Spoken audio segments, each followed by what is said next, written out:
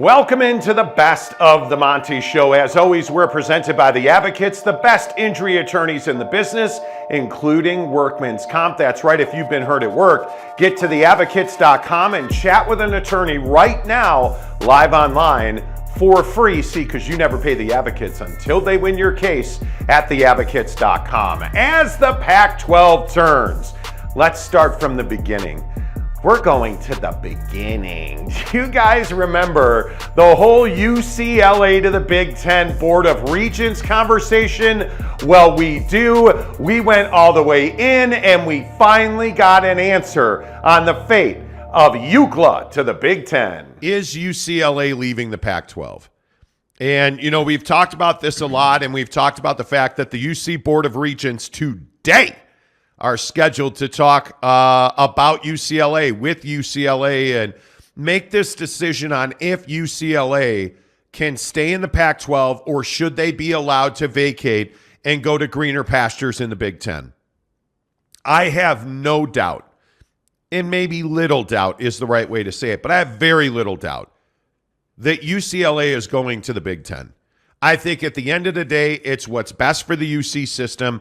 And I think they know that. If you block UCLA to the Big Ten, you're probably blocking Cal to the Big Ten, which would be bad for everybody. So I think ultimately UCLA ends up in the Big Ten. But Jake, I guess the question is, without UCLA, is the Pac-12 a viable conference? Yeah, you know, I think, is it a viable conference? That's a really tough question to answer right now just because of, you know, expansion and all these rumors about like who the PAC might add and what this conference looks like. But I certainly think it's fair to say that without UCLA, which admittedly has not been some amazing football program over the last decade, but is definitely a big-time educational facility. It's definitely a big-time school. Institution. Yeah, an institution of higher learning where we don't know how to win football games. Yeah, you know, I think that the Pac-12 has a path forward without UCLA, but I also think that,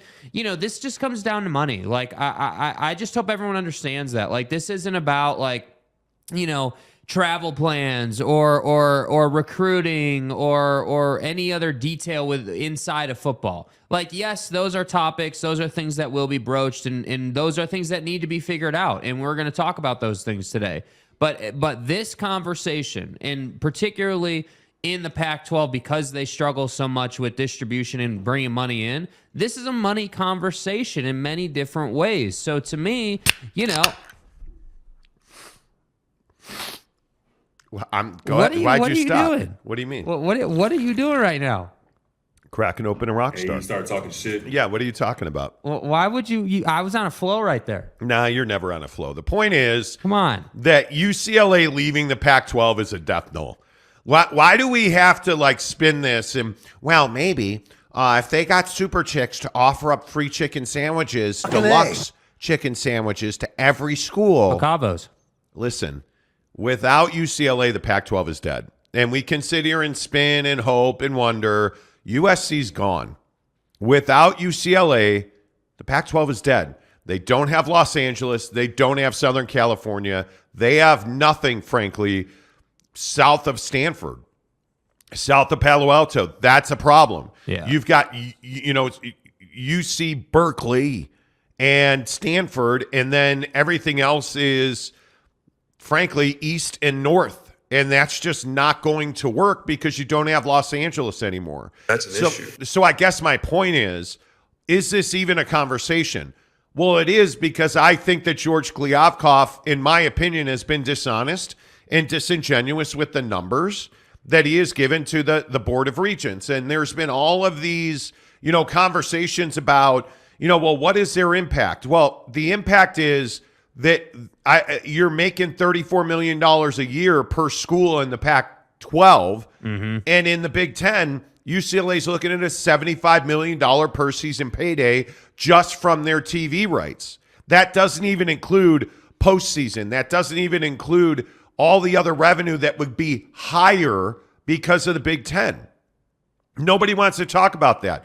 I also think what UCLA has said about USC and being a travel partner with USC and splitting charter flights, and I think that makes perfect sense. And what I love is the homers in the media that cover the Pac-10 are like, well, that's a huge rivalry. Nobody's going to want to, USC and UCLA are not going to want to fly together. Mm-hmm.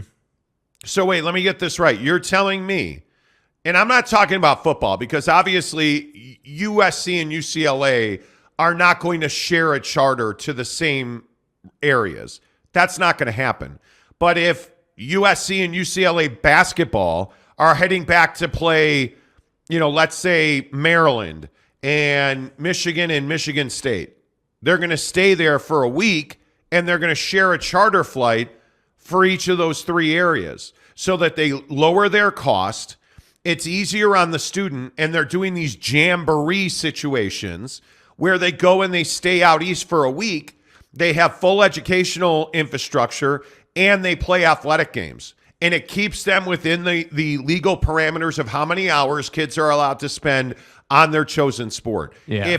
If the UC Board of Regents is looking at this as a way to help the Pac-12 survive, that's a complete mistake. And it wouldn't surprise me if that happens because California is so dysfunctional. Yeah, and I think that there are a lot of rules. There are a lot of things that they do have to abide by. But I just think that, again, when it comes to making money, like the Pac-12 is in this situation because they haven't done well enough. And I first want to say I think it's super courageous that USC and UCLA sort of took the leap because, frankly, no one else is doing what these two are doing. No one else has said, we're going to change course here and we're going to change conferences. Yeah. And, it's also important to understand that SC and UCLA are in two very different positions here. Like, SC is a private institution, can do whatever the hell they want to do, right? Which is why they're going to the Big Ten, right? But UCLA being a public institution, being part of the system, that's why this Board of Regents thing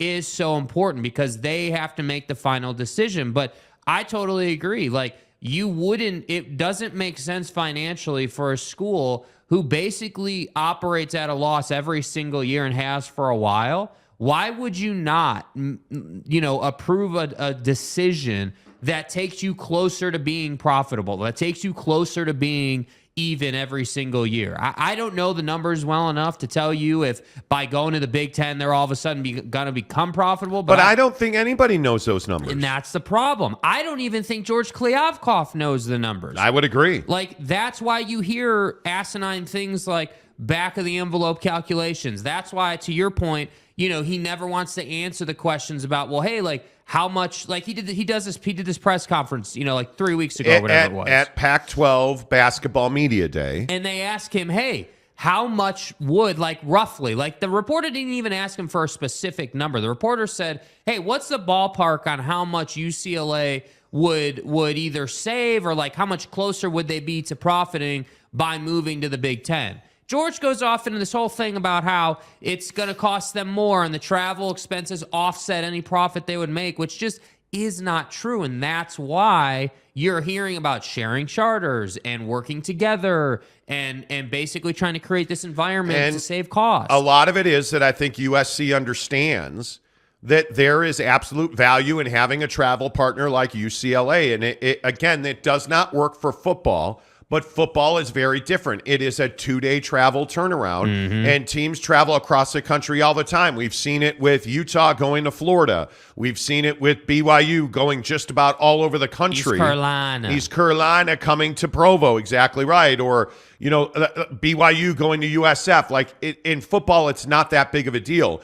It's basketball, and it is the other lower-end sports that you have to worry about. That don't have 53-man rosters, or I don't know, in college football have huge rosters. Right, but the other point here is what you talked about. George Kliavkoff didn't want to answer the question about specific numbers because I don't think he can back it up with facts. He said at Pac-12 Media Days, and then he went on the Wilner Canzano Love Fest that is absolutely a joke of a podcast because it's not credible because all they do is, slurp and splash on the Pac-12. And he's like, well, we did some back of the envelope calculations. Right.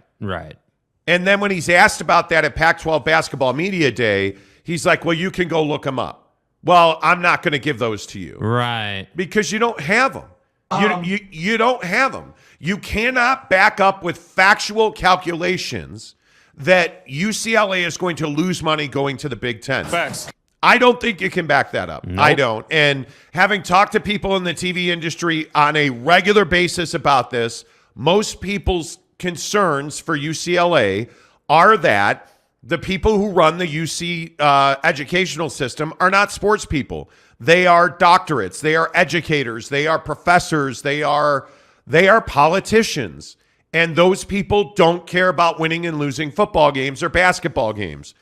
And so I don't think they care about the money from the Big Ten. Yeah. All they care about is, well, we have to do what's best for the California educational system. But doesn't that mean you have to care about winning and losing football games in the Big Ten? Yes. And I'm telling you, yeah, absolutely you do. And by the way, I think we need to get into this nonsense about the fact, like some people are saying that, USC and UCLA are this rivalry and that they would never share a plane or that they would never work together in business. They would never work together to save money or to create a better environment for the student athlete. And I have some unfortunate news for UCLA fans.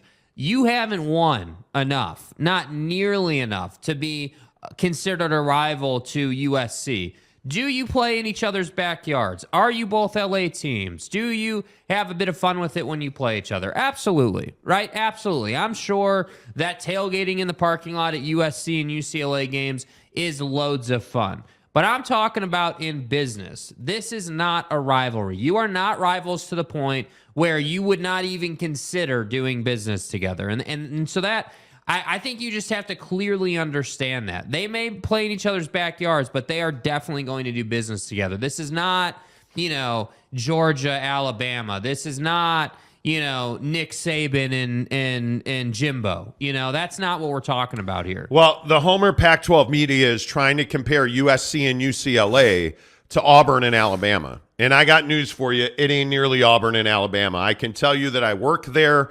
I was one of the producers of the USC Athletic Radio Network, and I can tell you and legitimately, there's too many beaches. There's too many golden racks and hot chicks in bikinis. There's too many movie stars. There's too many hiking trails. There's too many theme parks. There's too many everything else to do in Southern California to have one of the most heated rivalries in college sports. It's not BYU and Utah. No. It's not Auburn and Alabama. It's not Florida Georgia line. With all due respect. It's none of that. It's not Florida State Miami. It's not Texas Oklahoma. Notre Dame SC. It's not. It's not. And the thing that I think you have to understand is there is a lot of, the word is apathy. Yeah. Oh, UCLA won? All right, cool. Go Bruins. Hey, by the way, what time's our sushi reservation? Like, that's what it is. Yeah. That's how it is. On the USC side of things, yeah, football fans are a lot more passionate at USC than they are at UCLA. That's from personal experience. And I tell you all the time on this show, I have a ton of USC alum friends. I'm a Notre Dame fan. It's great fun. It's great fodder. They care There is far. no question. Yeah, they care far more about beating Notre Dame than they do about UCLA. Yeah. Far more. But I also think that USC fans understand how important UCLA is to them going to the Big Ten, because it makes USC's life much, much, much more difficult not to have a travel partner with UCLA. Yeah. It just 100%. does. So it's ridiculous. It's ridiculous to call USC and UCLA one of the best rivalries in college athletics. It's not. It just is not. And I can think of it's akin to Cal and Stanford. If a tree falls in the woods and no bear is there taking a dump, does anybody even know the tree fell down? It's ridiculous. I don't think that's the exact. Yeah. Maybe that's a poor example. Do another Cabela's segment about trees falling down. Duck hunt. Yeah. Anyway, How about that? the point is, Wow. it's not like even Washington State. The Apple Cup is more heated. Like I look at rivalries and I say, hey, you know what? I would tell you it's very much like BYU and Utah State. That's what it's akin to. Yeah. It's not BYU and Utah. It's BYU and Utah State. That's what I would compare the USC-UCLA rivalry to. You have to win for it to be a rivalry. Yeah, and they don't win. And, the amazing thing is this rivalry has brought bots into the chat. And, it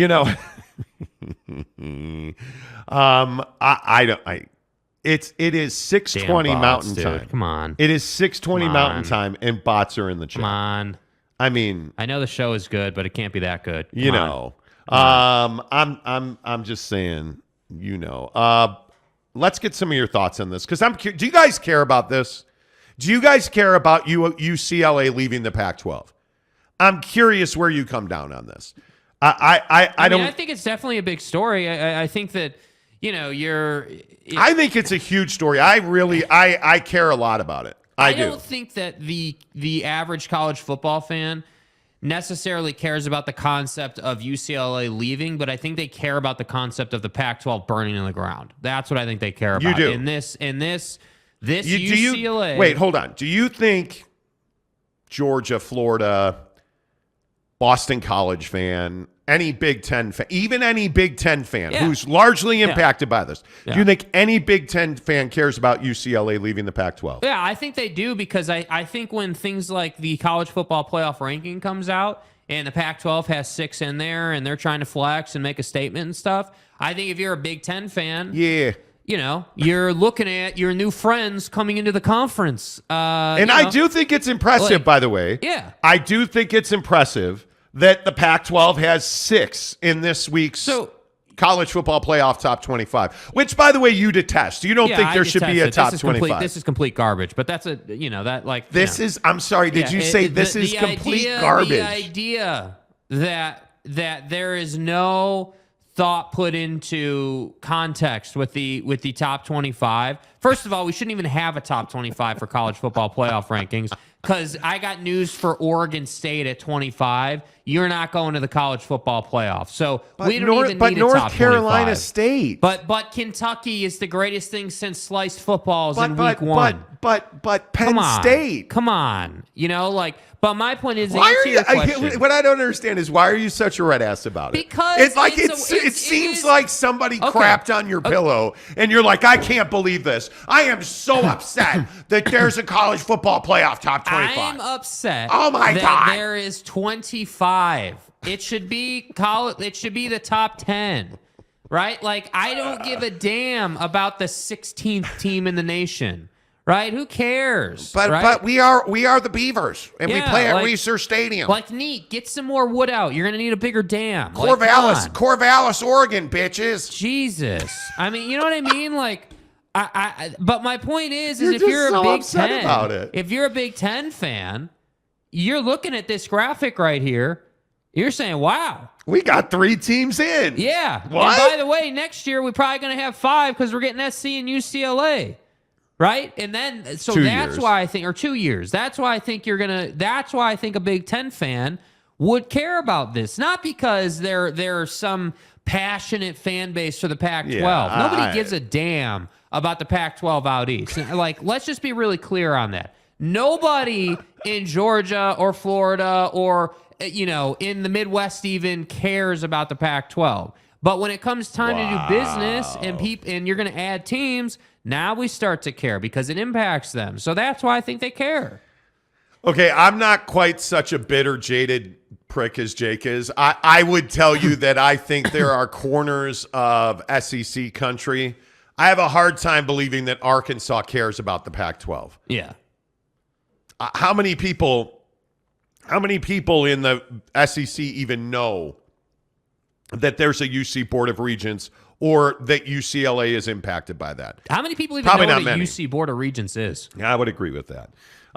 Boyd Lake, how the heck are you? I want the Utes in the Big 12, so yeah, I care about, but not in a concerned way. Yeah, you see what I mean? That makes a lot of sense. But that makes a lot of Boyd. sense.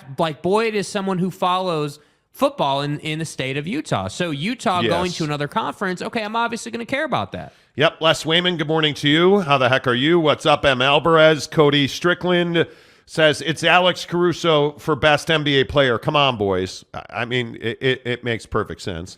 Neville93, good morning to you. He says, what's up, casual fans? Jesse Harsh says, morning, brethren. UCLA will to wherever will fill up their stadium. So nowhere. Nobody's. Wow. You know, don't be bitter. M. Alvarez says, Jeff Hornacek, best player ever. I want some of what you're smoking. Right. Lord Radon says UCLA is gone too. You really, do you guys, at the end of the day, is UCLA going to the Big Ten? I think it's 80-20. I think it's a formality. I dude. think there's Come going to on. be some red-ass politicians who are like, I can't believe that we would stress the academic abilities and culture of these fine students just to make more money. Like, for instance, There's those people. But I also think I know there's two regions who are like, hey, man, we got to compete for a national championship. We need a college football playoff, Brad. Like, wow, Bruins, let's go. Yeah. Like, there are those guys. Pause, bro. Pause. The problem is it's the state of California. They are far more worried about figuring out regulation, taxes, budget. They have much larger issues than whether UCLA is going to the Big Ten or not. So I also think their biggest concern is, okay, well, can we squeeze UCLA to get Cal more money? And if the answer is yes, I think that UCLA winds up in the Big Ten. Because UCLA, by the way, is going to be at the Board of Regents. They're going to speak. They're going to be asked questions like... This is like the meeting to decide everything. Yeah, this so is... like everyone's going to be at the table. Yeah, I mean, it's on the table here. Yeah. Like it is what it is. G. Lee says San Diego State. Why, yes, sir. Lord Radon says $75 million a year in the Big Ten just to start. Just to start is exactly right, Yeah. Lord Radon. You are exactly right. M. Alvarez says money talks and Georgia's bull ass is going to walk UCLA right out of the Pac-12. You would think so. Eric and Raleigh, the Pac-0 is dead regardless of whether UCLA stays or not. Well, it gets them probably $40 million a year if UCLA stays. So it's a big deal. What's up, San Diego State Aztec? Jesse Harsh says the real story is BYU's men's basketball team pulled out a thriller against Missouri State. By the way, anybody see Danny Ainge and Ryan Smith? Buddy sitting next to each other at the BYU Hoops game. Neat. You know. Boyd Lake says UCLA needs their own stadium. They need their own stadium on campus in Westwood. Yeah. The problem is they play in Pasadena, California. In the hills of the rich folks. Yeah, and like I don't know how many of you have been to the Rose Bowl or not, but having lived there and I've been to the Rose Bowl 100 times. It's in a neighborhood. Like, I mean, think about the city that you live in. Look out your front door and imagine that across the street, instead of Steve and Carol, the Rose Bowl is sitting there. Keep it real. That's what it is in Pasadena. It is up in the hills, and they dropped a football stadium. And really what they did is put a stadium and build a bunch of houses. You know where the Capitol is? In Salt Lake, right? You go up the hill in the avenues. Imagine that's the Rose Bowl. That's crazy. Like, that's literally what it is. That's crazy. Anytime we talk college football on this show, it is presented by our good friends at the Barbecue Pit Stop. Oh, my God. You already know that they have the best equipment, right? You already know that it's Traeger, Yoder, Big Green Egg, Camp Chef, you name it, they've got it. And as I said yesterday on the show, every man needs a good set of tongs. I'm for real. Right? Like, hey, give me some tongs. Some tongs. I gotta turn the wings, rotate Now, the are pizza. you more of a metal guy or a plastic I guy? am not a plastic guy, dumbass. They melt under heat. I don't know if you know that. Right? So we're all metal on this show with some rubber guards They on the melt side. under heat. Just kind of a thing with plastic and stuff. Yeah. Polytechnic institutions. Anyway, the point is, every man needs a good set of tongs. I don't know what's Y'all wrong. feel me? The synapses are not firing. The point is, they have great tongs. They have aprons. They have every piece of equipment you need. All those. They have these cool little temperature guns. You know how you like need to figure out your meat. Hey, sweetheart, Sorry, how I thought hot's you my said meat? you got to figure out your meat. Hey, check the temperature of my meat. They have little, like those radar, those temperature guns, radar, temperature things and radon stuff. They have stuff. those probes that you stick inside your meat that kind of hurts, but you do it anyways. Seems like a great opportunity to slurp You know, and splash. they have all that stuff too. Technology, you name it, they've got it. They have meat because they have butcher counters, absolutely. But they also have every rub, spice, wing dust, sauce. They even make Traeger mats that you can put in front of your Traeger. Which I actually think is baller, by the Yeah, way. dude, By the way, come on. I don't have one and I want one. So my guys at Barbecue Pit Stop, go ahead and drop one off. Yeah, hook it up. Let's get it done. Casa de Monte. You know what I'm saying? But anyway, the point is, the mats, the Traeger mats that you put on the ground, like they're big rubber mats. They're orange with black Traeger writing on them. Yes. Yes. Amazing. I'm telling you, amazing. But it's the people at Barbecue Pit Stop, and I'm being all serious. The people at Barbecue Pit Stop are phenomenal. If you get on their website, bbqpitstop.com, and chat with them, you can say, hey, you know what? I'm smoking a turkey breast for Thanksgiving. You know, what kind of seasoning should I use on that? Hey, how long do I need to let that rest? Do I need to season it and then, wait before I put it on the grill, or can I just season it, toss it, and put it right on? There's a big difference. You probably need to let that seasoning break down the enzymes of your meat and stuff. Yeah. Like, they'll give you all that advice. Whether you're a customer there or not, chat with them online, they'll tell you. And, oh, by the way, are you in Texas or Timbuktu and you want that asado seasoning that's the greatness that we always espouse about? From Flavor Knuckles. They'll mail it to you. You can order online, barbecuepitstop.com. Make sure you tell them you heard about it on the Monty Show, or check them out in any of their 5 Utah locations, north to south. We start up here in Logan, down to Layton, over to Murray, over to Lehigh, down to our good friends who are always on fire and sweating their asses off in St. George, because that's just what happens in the desert. Yeah. You name it, they've got it at barbecuepitstop.com. A couple more of your comments. That's probably over the top. D5 Terps says, people live in the past and think that things are the same. Kids aren't into rivalries like they used to, and technology will allow athletes to stay engaged in classes without a hitch. But D5, bro, it's academics, and you know what? If I don't have the right pencil sharpener on the wall in Mrs. Toomey's science class... Oh, shit. See, I think this is a phenomenal point. Yeah. School isn't school the way it used to be school. One of the things that came out of the Cocoa era is that we don't need to be in the building to work or go to class. So if you are in Baltimore, Maryland, or if you are in Chicago, Evanston, playing Northwestern, before you head up to East Lansing to take on Michigan State, that doesn't mean you're missing school. You can teleschool. You can telecommute to school. The coronavirus. They all have these little things, and I know it's crazy. Careful. Tablets and computers. Yeah. Like, it's there. So a D5, I think that's an absolute right point. Exactly right. D5 Terps. Yeah. To which Lord Radon says, yeah, the only thing to worry about is the time difference of class when they are on the East Coast. Well, what it means is they get to sleep until 9 on the East Coast when their class starts at 7 on the West Coast. Or, hey, if my class is at 9 Pacific and I'm in, playing the Terps in Maryland, hey, guess what? That's noon.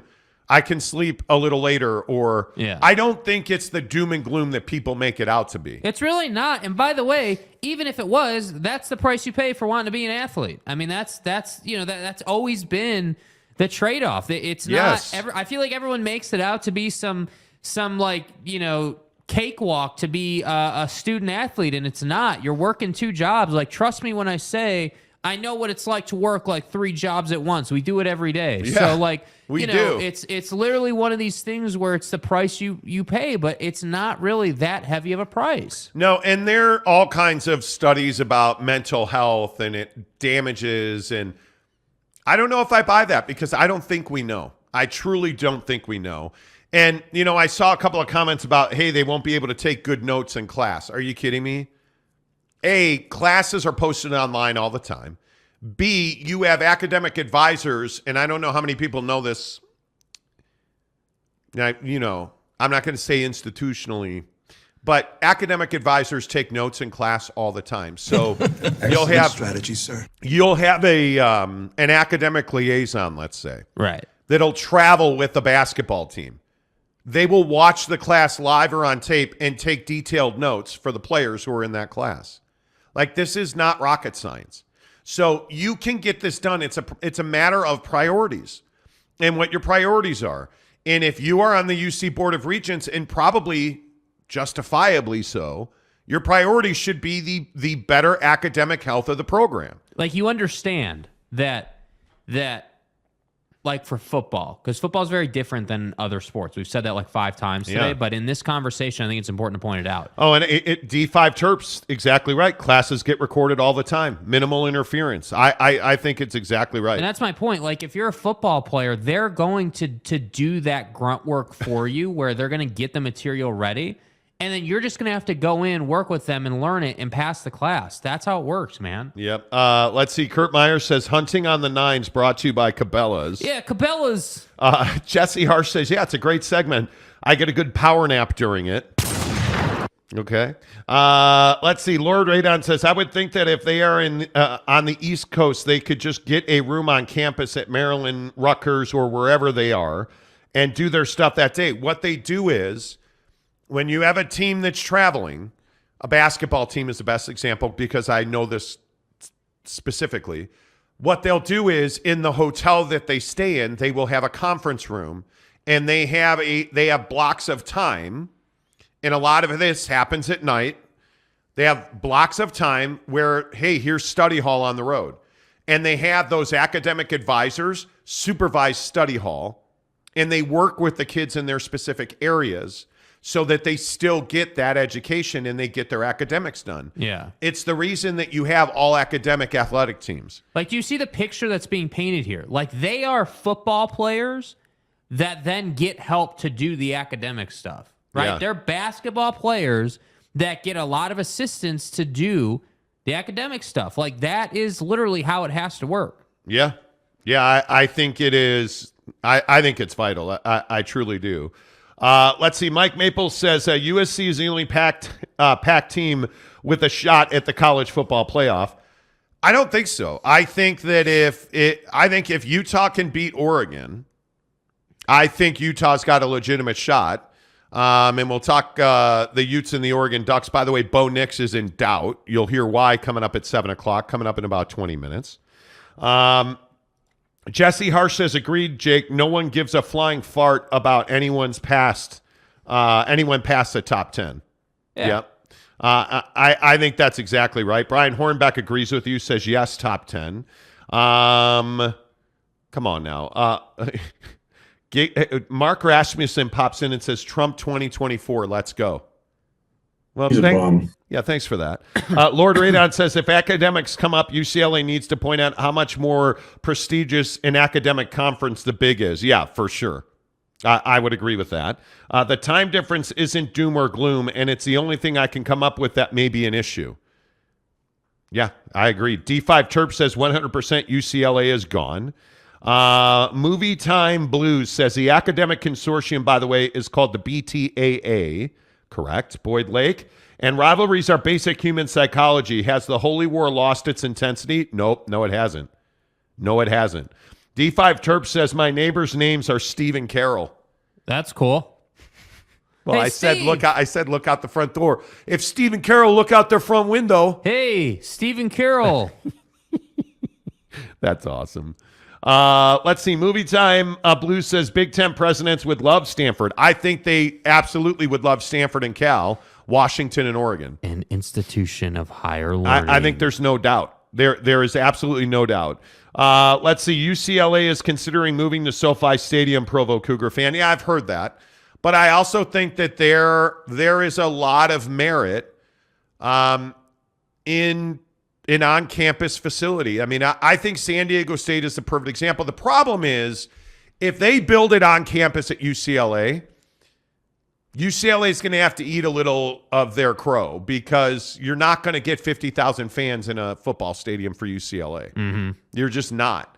And this is kind of what I've said about, for instance, BYU and Utah. Right. Oh, we've got to expand it. We've got to have more fans. Do you? Do you even lift? Can you get?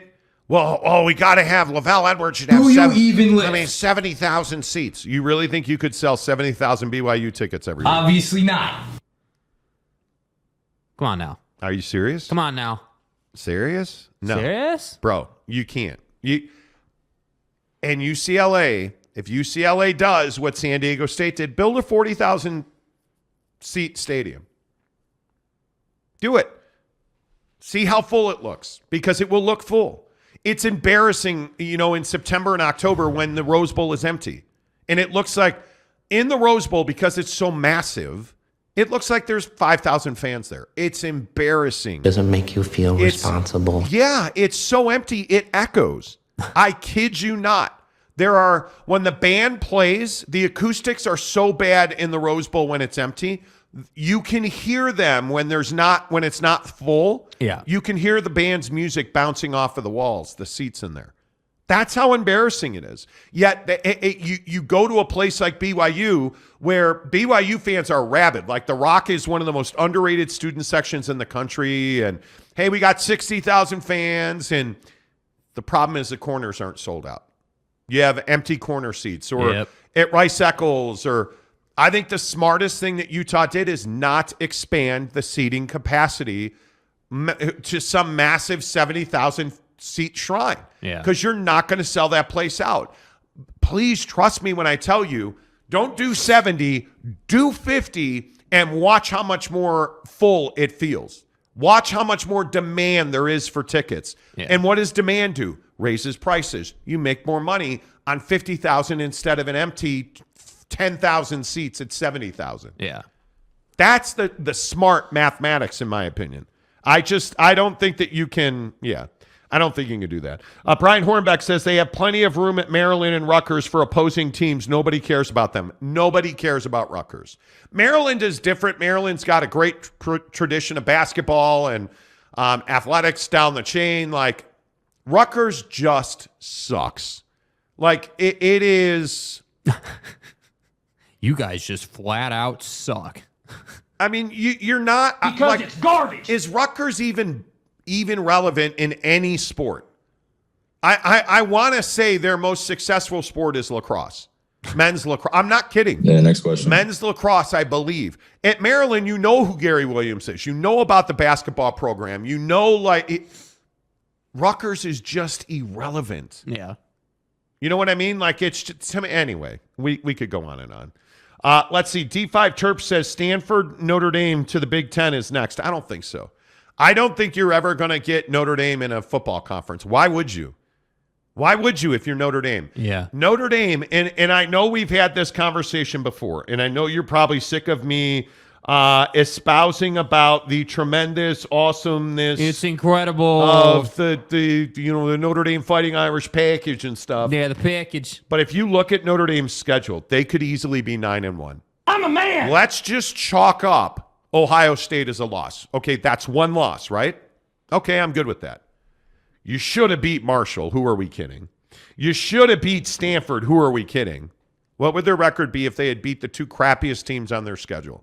And they didn't. Yeah. They'd be 9-1 right now.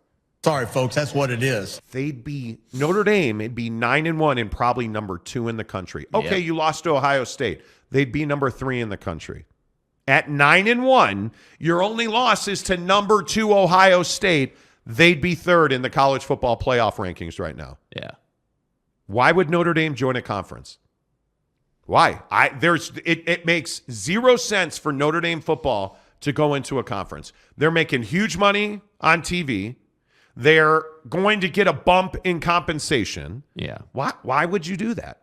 They're playing huge games. Like, if you look at the TV numbers on BYU Notre Dame, right? You look at the fact that they have a massive game to end the season with none other than the USC Trojans. Uh-huh. Now, you look at that and you look at, hey, you're 9-1. That'd be number 3 Notre Dame versus number, 7, I think, USC. Yeah. Does it get much bigger than that on the weekend after Thanksgiving? No. Like, why would Notre Dame join a conference? It makes no sense at all. As we talk college football and UCLA to the Big Ten here on the Monty Show, presented by our good friends at the Advocates, UtahAdvocates.com. I just don't ever see them. I don't ever see them joining a conference. I really don't. Yeah. I mean, it doesn't, again, it's just not, these people are not going to do things that are illogical, right? Like, when you get to the regent level, when you get to that high up, like, you got to understand, like, it's literally, in my opinion, a P&L conversation, a profit and loss sheet conversation. So it's not figurative, it's literal. Yes, it's literal. Yeah. Literal. Oh, no, please go ahead. No, that's fine. Anyway, the point is, I'm awesome and you're not. Right. A couple more of your comments. Don't forget, coming up in 6 minutes, we talk NFL QBs. Get ready to answer the question, who's the best quarterback in the NFL? Because I don't know who that is. I do not. And Deshaun Watson's back at practice. We'll talk about all that coming up in 5 minutes on Football at 50. Lord Radon says, I can play that game. Notre Dame could have lost to Navy. Okay, we can play that game. The only problem is they didn't lose to Navy. The only problem is they did beat Clemson. They did beat Syracuse. They did beat BYU. If they had beaten Marshall and Stanford, they would have wins over ranked opponents at BYU, Syracuse, and Clemson. And then if they beat USC, they'd have ranked wins over 4 ranked teams. Dude, they'd be in the college football playoff. 100%. 100%. But you flipping lost to Marshall and Stanford. How did you lose to Stanford? They're terrible. Stanford sucks, bro. They've got like they're 3 so fans. bad. Stanford is so bad. Yeah. How did Notre Dame find a way to lose to Stanford? Somebody explain You out of your that to me. goddamn mind. Because I honestly, I don't get it. Yeah.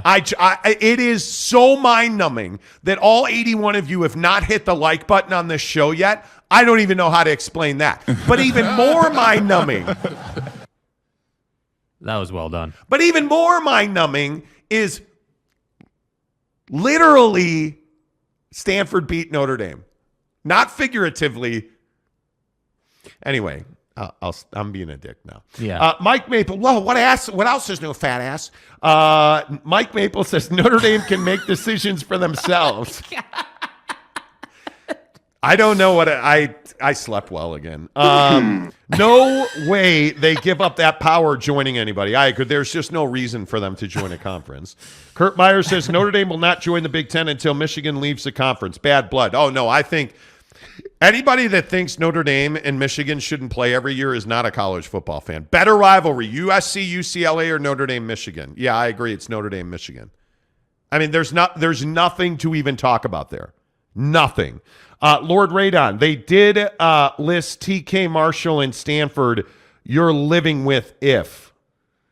They did lose to, I think is what you meant to. Yeah. But isn't that the whole concept of the AP Top 25, Yes. the college football playoff rankings? Like, that's what we do in college football. Yes. It's asinine, in my opinion, but it's what we do. Look at Boyd Lake, Mar frigging Shoal. Yeah, exactly. you know what I They mean? lost, Like, you come lost it. on, dude. You lost. No, nobody loses to Stanford at football anymore. Nobody loses. Bryce oh, Love wait. has been gone, bro. Excuse they me. don't I'm have sorry. anybody. Christian McCaffrey ain't running through that door anytime Exactly. soon. My point is, nobody loses to Stanford. Well, Notre Dame. Vexes me. Like, how do you? I swear to God, if Notre Dame beats USC, I will strangle. I will find a stray cat and motherfucking down ham feed it milk. I will. It's so frustrating. By the way, real quick. Yeah. My dog legit has COVID. My dog. How? Dude, how does this even happen? You know how it happened. Yeah, right, but they don't know how it happened. You gave us COVID. We gave it to the dog. Coronavirus. Now, by the way, I've never tested positive for the cocoa. So I said, yeah. Is what it is. But so my dog has been struggling. He's 13 years old. He's a great dog. Yeah, damn good dog. He's been struggling, and he has a heart murmur, and we thought that's what it was. We called our regular vet, and they were like, no, nothing we can do. But my wife has been using this theory that he has the cocoa. An antibody cocktail. So she found a story online about a national study about human transmission of cocoa to animals. Yeah, I've been immunized. She calls a number, a vet answers, and you're like, well, hey, there's a vet in Cottonwood Heights that participates in this national study. Let me see if I can get you in. Hey, guys. The vet calls back 10 minutes later. It's like, yeah, if you can be there by 5 o'clock, they'll test your dog. My wife hops in the Jeep, takes the dog to the vet in Cottonwood Heights, And the vet's like, hey, by the way, did you know that he has a heart murmur that is right now 4 out of 5 is in terms of seriousness? I was like, whoa, what? What the fuck are you talking about? Like, so this heart murmur that my regular vet says is no big deal turns out is 4 out of 5 on a serious level, and he needs to be taking a much more serious regimen of medication. Yeah. And they tested him for the cocoa, and this vet that's involved in the national dog cocoa thing. Yeah, cocoa. It's like, yeah, your dog exhibits all the signs of having cocoa. It's like, come on, man. Come on, man. But it was only $35, by the way. Yeah. So it was worth it. It was worth it. Tim Bruckmiller says, go Thundering Herd. How do I ban people on here real quick? Can you... Thundering Herd, ban all. I don't know how to do that. Go Irish. Good to see you, Tim. I appreciate it. Notre Dame, Eric and Raleigh says, Notre Dame is a classic case of playing to the level of your opponent. Yep. Exactly right. Ruff's official. Good to see you. UCLA can't even fill half of the Rose Bowl. I would agree with that. Joey Zay, Z-A? Z-E-A-Y. Joe Z-A? Jose? Okay. Rose Bowl seats 100,000 plus, though. So why are you playing there? Yeah. Why are you making yourself look small? And then Mrs. Monty texts me and says, oh, my God, Rhino is a little better today. Yeah, my dog that has a cocoa is Rhino. I was holding him this morning before you showed up at the crib. I walked downstairs. Jake usually walks through my front door at 4:30. Mm-hmm. Like 4:20. Yeah, that's right. He said 4:30. Yeah, a.m. Dude, I woke up at 3:40 today and was just like, ding, wide awake. Like, okay. Went downstairs at 4:20 and like picked up my dog, and he seemed better today. So, yeah. Let's see. Provo Cougar fan says, Stanford did beat Colgate, bad Arizona State team. Thanks. That doesn't make me feel better. So you're saying Colgate's better than Notre Dame. Yeah. Thank you. Thank you. Let's see. Nobody loses to Kansas, Brian says. Oh, wait. Nobody loses Rock to Chalk Jayhawk. No, Rock Chalk. How do you not even know how to sing? Oh, my God. The drama around UCLA going to the Big Ten. Well, of course it finally got done. I think we all knew it was going to get done here on the Best of the Monty Show, presented by our good friends at Bucked Up Energy, the official energy drink of the Monty Show. As always, it's Bucked Up in the description below. Do not hesitate. Do it right now. Don't take my word for it. Click the link. Get 3 free samples from Bucked Up Energy. You also get a custom shaker of your choice in color. Hey, are you a UCLA fan? That's a dumb question. There are no UCLA fans. Hey, are you a Notre Dame fan? Let's go Irish. You can get the green and the blue, whatever color you want. 3 samples of your choice. Just click on the link below in the description. They'll send them right to your front door for free, because that's how we roll with Bucked Up Energy, the official energy drink of the Monty Show. So how about Amazon? Everybody wants to talk about Amazon being the streaming partner for the Pac-10, but is that going to happen?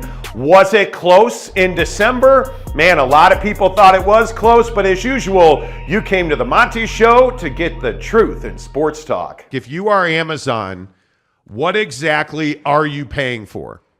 What exactly, if you are Amazon, what is it that you're into this deal for? And I think if you're Amazon, you're into this deal, in my opinion, for tier 1 rights.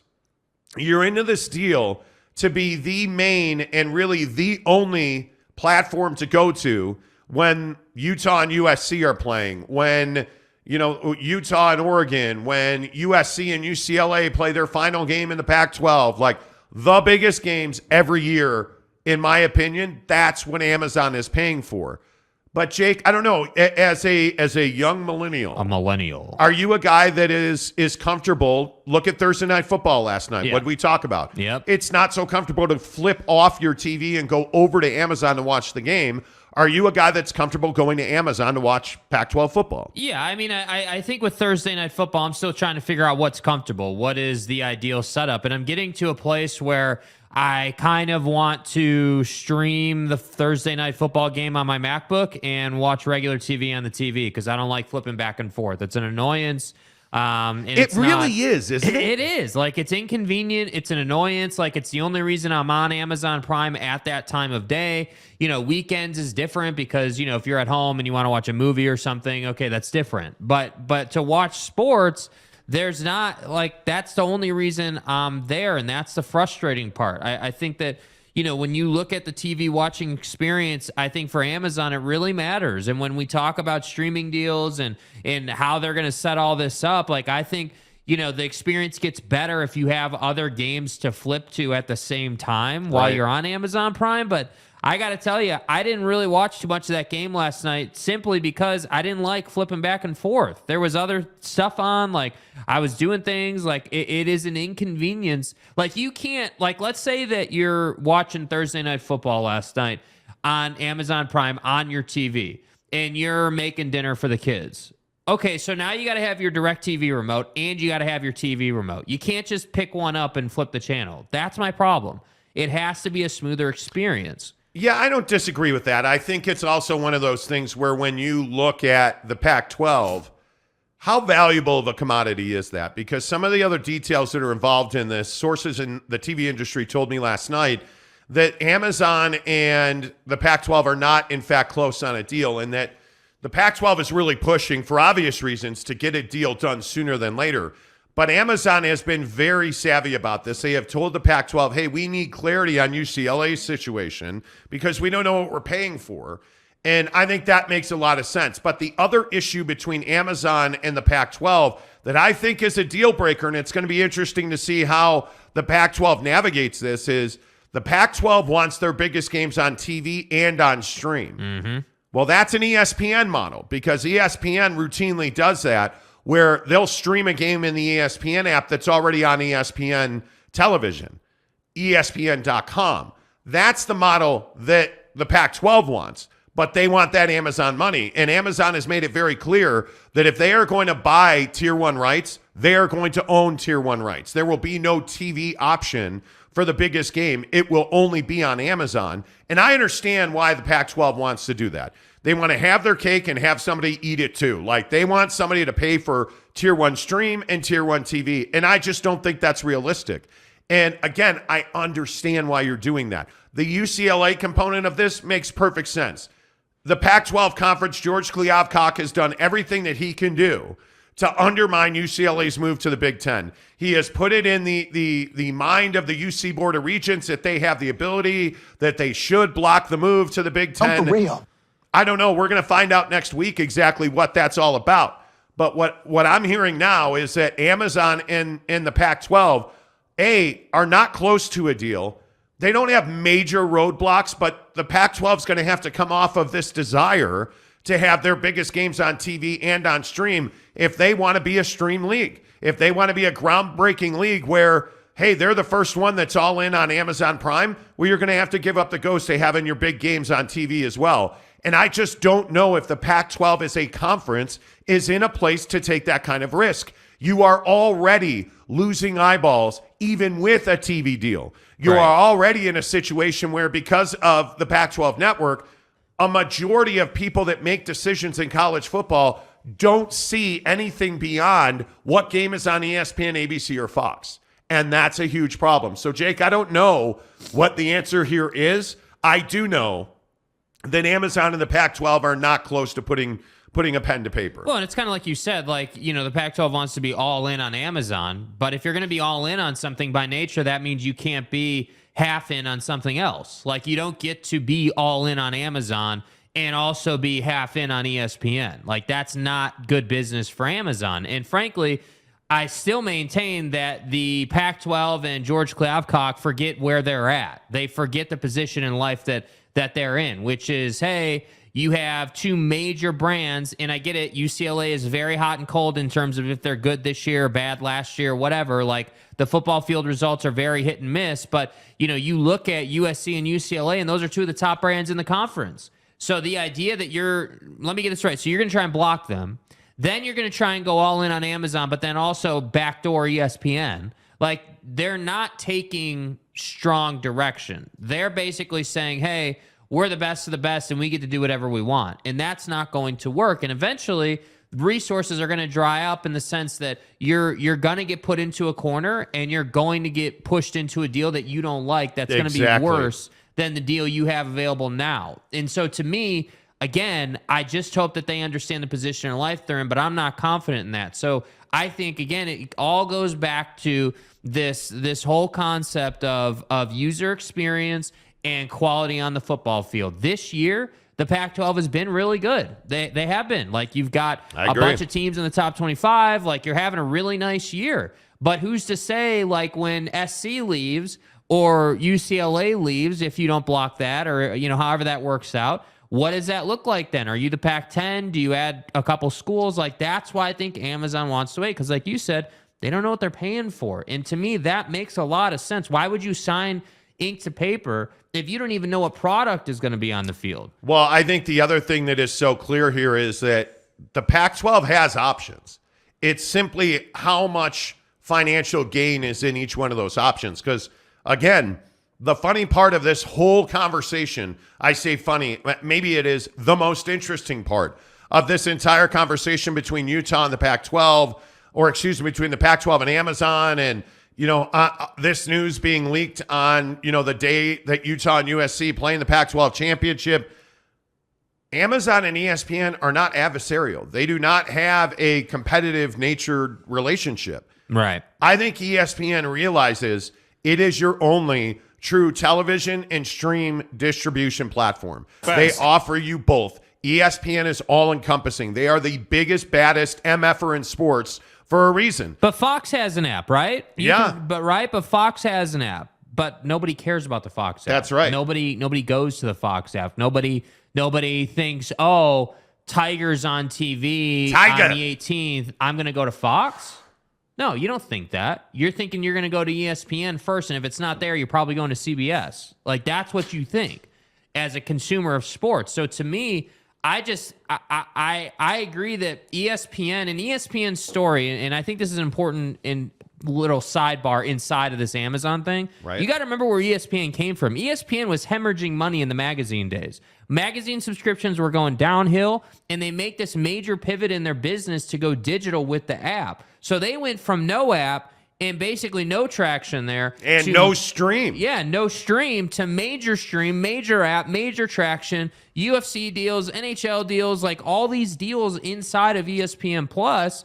And now they are the juggernaut in the space. And that's why I think they're able to say, hey, we don't want to be adversarial with Amazon. Because they don't need to be. They don't need to be. They don't need to be. Yeah. And I think if you're a sports fan and you don't have the ESPN app on your phone, you're either stubborn or I don't know why you wouldn't, because everything you want is on the ESPN app. And I just think that as much hype is around Amazon and the Pac-12, I think if you are the Pac-12, your best, highest leverage play is to go all in with ESPN. Facts. And I think you have to do a deal with ESPN where you get your best games on television and on stream.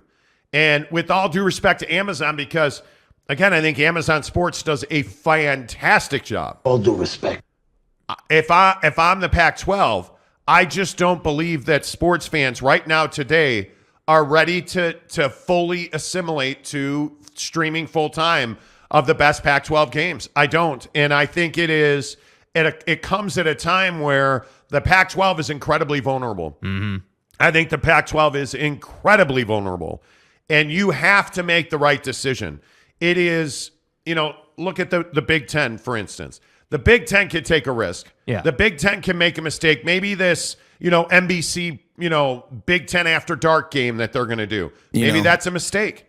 I don't know, but they can afford the risk because the Big Ten's the big MFer in town right now. Yep. The Pac-12, granddaddy of them all. The Pac-12, as crazy as it is, because I think the Pac-12, to your point, has had a really good year on the field. Right? You clearly can make the argument the Pac-12 is a better football conference here and now than the Big Ten is. On the field. On the field. But here's the issue. The Big Ten's worth more because people are willing to pay more for the Big Ten. And when I look at the Pac-12, it is beleaguered from a financial standpoint. Keep it real. This USC-UCLA thing was absolutely nut-busting. And then you look at the desperation. You look at the poor leadership that has continued to cripple the Pac-12. You can't afford to have a mistake. This is it for George Kliavkoff. This is it. If Kliavkoff doesn't make a good deal and their distro's not good and you're not on, in my opinion, if you're not on TV and on stream for your biggest games, ESPN, I think you're doing it wrong. Right. I think it's something that Pac-12 fans should really pause about and really think about. Do you really want to be a stream-only conference? Because I'm here to tell you I don't think you do. Well, and I don't think it's like streaming. This is the thing. Streaming's just not in a place where you can just be on stream. Like, it's not there yet. It will be that. No. Like 10 years from now, we're probably having a different conversation. Like 10 years from now, streaming will probably be prolific in the live sporting event space. Like prolific to the point where you have people who just are not TV people and only catch it on stream. Like Yes. it'll probably be there, but right now it's not there. And I think the challenge is for the Pac-12. All right, are we looking at this deal in a 10-year space or a 5-year space? Because I also wouldn't sign a 10-year deal. I'd sign a 5-year deal for sure with Amazon and ESPN and everybody. Boy, that is a really interesting thing to bring up. That's a really good point. Here's a question for you. Yeah. If you are, who are the biggest programs in the Pac-12? Excuse me. Biggest programs. Programs. My bad. Yeah, My come on. bad. Sorry, Lincoln. Yeah. USC and Oregon, right? Well, USC's out, so you can exclude them. Oregon is by far, from a TV viewership standpoint, the biggest program in the Pac-12. I think Oregon and Washington, and this is a question I would ask. You talk about grant of rights. Yeah. If you're Oregon, are you going to give the Pac-12 your grant of rights, knowing that that's going to end up on Amazon only? Man, No, that's a tough. can't do That's see, and that I think is Never. That's why I think that's a really salient point by you. Yeah. Are you, if you are Oregon, if you are Washington, hell, if you're Utah, if you're the Utah Utes, do you feel like you benefit most by signing a grant of rights for 5 years? Let's say on the low end, 5 years with the Pac-12. Are you benefiting from that grant of rights if they take your grant of rights and they put you, all of your games are on Amazon Prime? Obviously not. Boy, I think that's a tough argument. Yeah, and by the way, you're the Pac-12 champs, right? Like you're a team that is consistently in the Pac-12 game, and who's to say if they win tonight, right? Hey, maybe they lose tonight. Totally get it.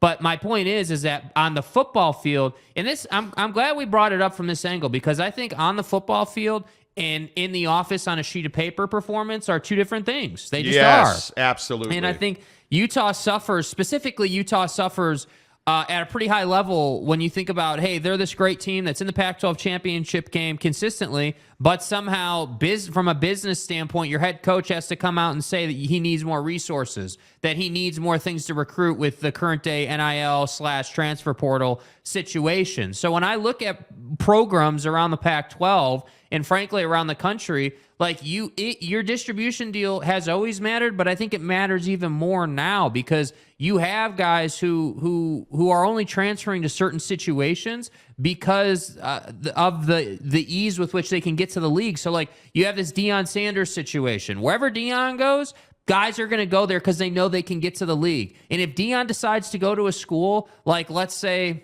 Cincinnati, just as an example, let's say that he decides to go to Cincinnati. That is going to be an easy path for guys to get to the league with Deion Sanders as the head coach, and then you have a great distribution deal for that school. Just the same way as a quarterback playing under Kyle Whittingham at Utah, it's not an easy path to get to the league. Anybody see that Cam Rising barely scratched the top 50 for college quarterbacks in the nation? Which is crazy. Yeah, it's crazy. It's crazy, but yeah. But whether that's true or not, whether that ranking is accurate, quote unquote accurate, right? Like perception is reality. If people don't know you and can't see you, you're not getting to the league. Well, I also think that all of our college football talk on this show is presented by our friends at Barbecue Pit Stop. Logan, Layton, Lehigh, Murray, and St. George, or of course, you can always shop with them online, bbqpitstop.com. It is the holiday giving season. You know that you are gift giving to your dad. Trust me, the ladies love that smoker, dude. I'm telling you now. You drop in some cherry pellets before you put the wings on the smoker tonight for the Pac-12 championship game. That aroma wafts through the air, dude. Aroma. I'm telling you, it closes a deal for you after the game's over. Go. That's a guarantee, a promise. You have a line out of your backyard gate. Dilly dilly. when you go to Barbecue Pit Stop, bbqpitstop.com. You can get all the best rubs and spices. Of course, again, you know that when you hear the name Barbecue Pit Stop, it's synonymous with Traeger, Yoder, Big Green Egg, Camp Chef. The best equipment, Barbecue Pit Stop. The best rubs, spices, wing dust, Barbecue Pit Stop. The best advice, the best guys, the best gals, the best, I think, smoking and barbecue professionals, Barbecue Pit Stop. You get all of that. And the best part is, hey, on a snowy day like this, you want to do some shopping? You didn't go to work. You stayed home. Smart. Good job by you. Get online, bbqpitstop.com. Do some Christmas shopping. Knock it out. Talk to the guys. There's a great chat feature on their website, bbqpitstop.com. No matter where you are, whether you're in Poughkeepsie, Brigham, no matter where you are in this country, you can shop online at bbqpitstop.com. Barbecue Pit Stop. They deliver all of our college football talk on this show. Cam Rising and Utah don't get the respect they deserve because of their distribution deal. Yeah. That's what it is. In large part because they're in the championship game seemingly every year the last few seasons. And I think that, unfortunately, it's just that's how the world works. So again, they bring this back home. Let's say that you were on Amazon every week this season. I'm curious how that would have impacted his ranking or how that would have impacted, the college football playoff because again, we all know the age-old conversation about, Jimmy Bob, watching an 8:00 kickoff Pacific time on the East Coast in New York at, 11 or whatever. We all know that story. We all know that tonight there are going to be people who don't watch this game because it's the Thursday night USC going to Pullman to die several years ago game. It is. So wait, not only did nobody watch that game, USC loses, so now you're not in the college football playoff and they're not in the top 10 in the country. It's Cam Rising missing the Washington State game and nobody knew about it. Yeah. Well, why is that? Because Fox didn't send their crew there. They did it from the studio in LA.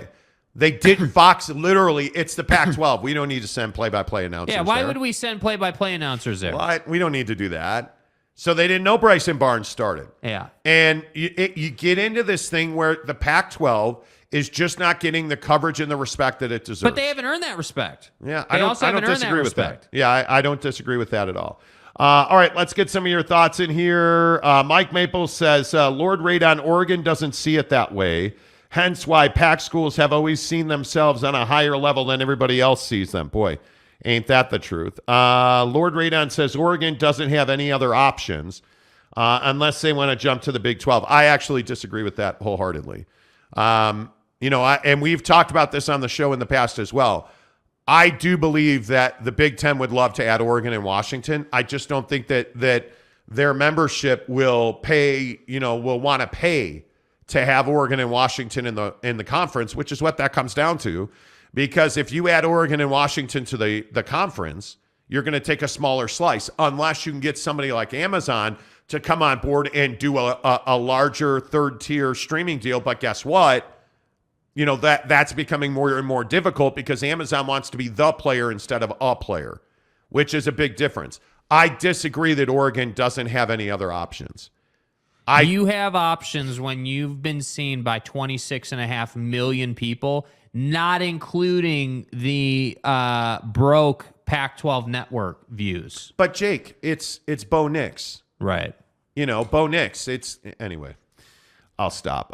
Mike Maples, good morning to you, friend. He says, Amazon will also demand that if they buy it, all schools stay in. I don't see Oregon and Washington doing that unless it's top dollar, and it sounds like Amazon's not there. No, I just disagree. That's just not what's happening, Mike, with all due respect. They're not saying, hey, everyone's got to be in. What they're saying is we're not going to sign a deal until we know who's in. That's exactly right. We're not going to sign anything until we know if UCLA is still in the Pac-12 or if they're in the Big 10, which makes perfect sense. Why would you sign an agreement? Why would you put ink to paper on a deal that you don't know its value? How do you know what you're paying for? How do you know? You can't negotiate on something that has value that's in the gray area. But again, look at the difference between the Pac-12 and the Big 12. Now, all the media homers are going to tell you, well, the Big 12 panicked and they went out because they knew. I think the Big 12 acted pragmatically by getting their deal done ahead of the Pac-12, the Big 12 acted pragmatically by getting their deal done ahead of the Pac-12. And I think ESPN and Fox realize they're in the catbird seat. They don't have to aggressively pursue the Pac-12. I think they're waiting for this UCLA thing to play out. Yep. I think you look at Fox. Fox has told the Pac-12, as we reported first on this show, Fox has told the Pac-12, we are not interested in Tier 1 rights. We are not here for Tier 1 rights on the Pac-12. You want to give us your third game every week? Okay, great. But guess what? We already have late window games now and late window relationships with the Big Ten. There's just no leverage to be had for the Pac-12. ESPN would like Pac-12 games, but I think what you saw with Fox and ESPN on the Big 12 is Fox was much more here for Big 12 basketball. Which is smart. Which is smart. They don't need the football content. They needed the basketball content. Yeah. There's just no leverage here for the Pac-12. Well, and I think one of the points you've always made when we have this conversation is that ESPN and Fox basically collude. They work together. Yeah. And I think it's a really important point because they don't, if the two juggernauts are working together in the space, and then you have what I think most people would call this, oddity in Amazon coming into the TV space, a newcomer, if you will, it doesn't behoove ESPN and Fox to spite Amazon. What it behooves them to do is figure out, okay, what does Amazon want, right? Do they want Tier 1 in the Pac-12? Do they want Tier 3? Like, what do they want? Once you know what they want, then it's smart to get the three of you in a room and say, okay, here's how we're going to break this out, right? This is what we want. That's what you want. We're going to pay more. You're going to pay less. Bada boom, bada bing. That's how business is done. And my point is, George Kliavkoff and the Pac-12 are not in a position to flip anybody the bird and say, hey, we want it this way or it's not going to happen at all. Because if that's what you're going to do, then you'll just stay on the Pac-12 network and you're not going to make strides. Well, and I think the other issue here is, again, I'll go back to the word of leverage for the Pac-12. Yeah. If you have Fox and ESPN that are, and I agree, they're likely in cahoots. They know what they want. You look at that Big 12 deal, that worked out for everybody. But if Fox and ESPN are communicating on some level, whether, legally, however you want to point to collusion, if those two guys know what the other guy wants and is doing, and you have Amazon, who has no competition in the space. Yeah. So now, wait a minute. ESPN and the Big 12 are not competing against, or ESPN and Fox are not competing against each other like they did not in the Big 12. And now ESPN doesn't view Amazon as a competitor. They respect their position in the stream platform. Who are you going to leverage against each other? It's not Fox and ESPN. It's not ESPN and Amazon. You're not leveraging anybody. And this becomes the problem. Yeah. Because you want to talk about somebody that has nowhere else to go. Where is the Pac-12 going to go here?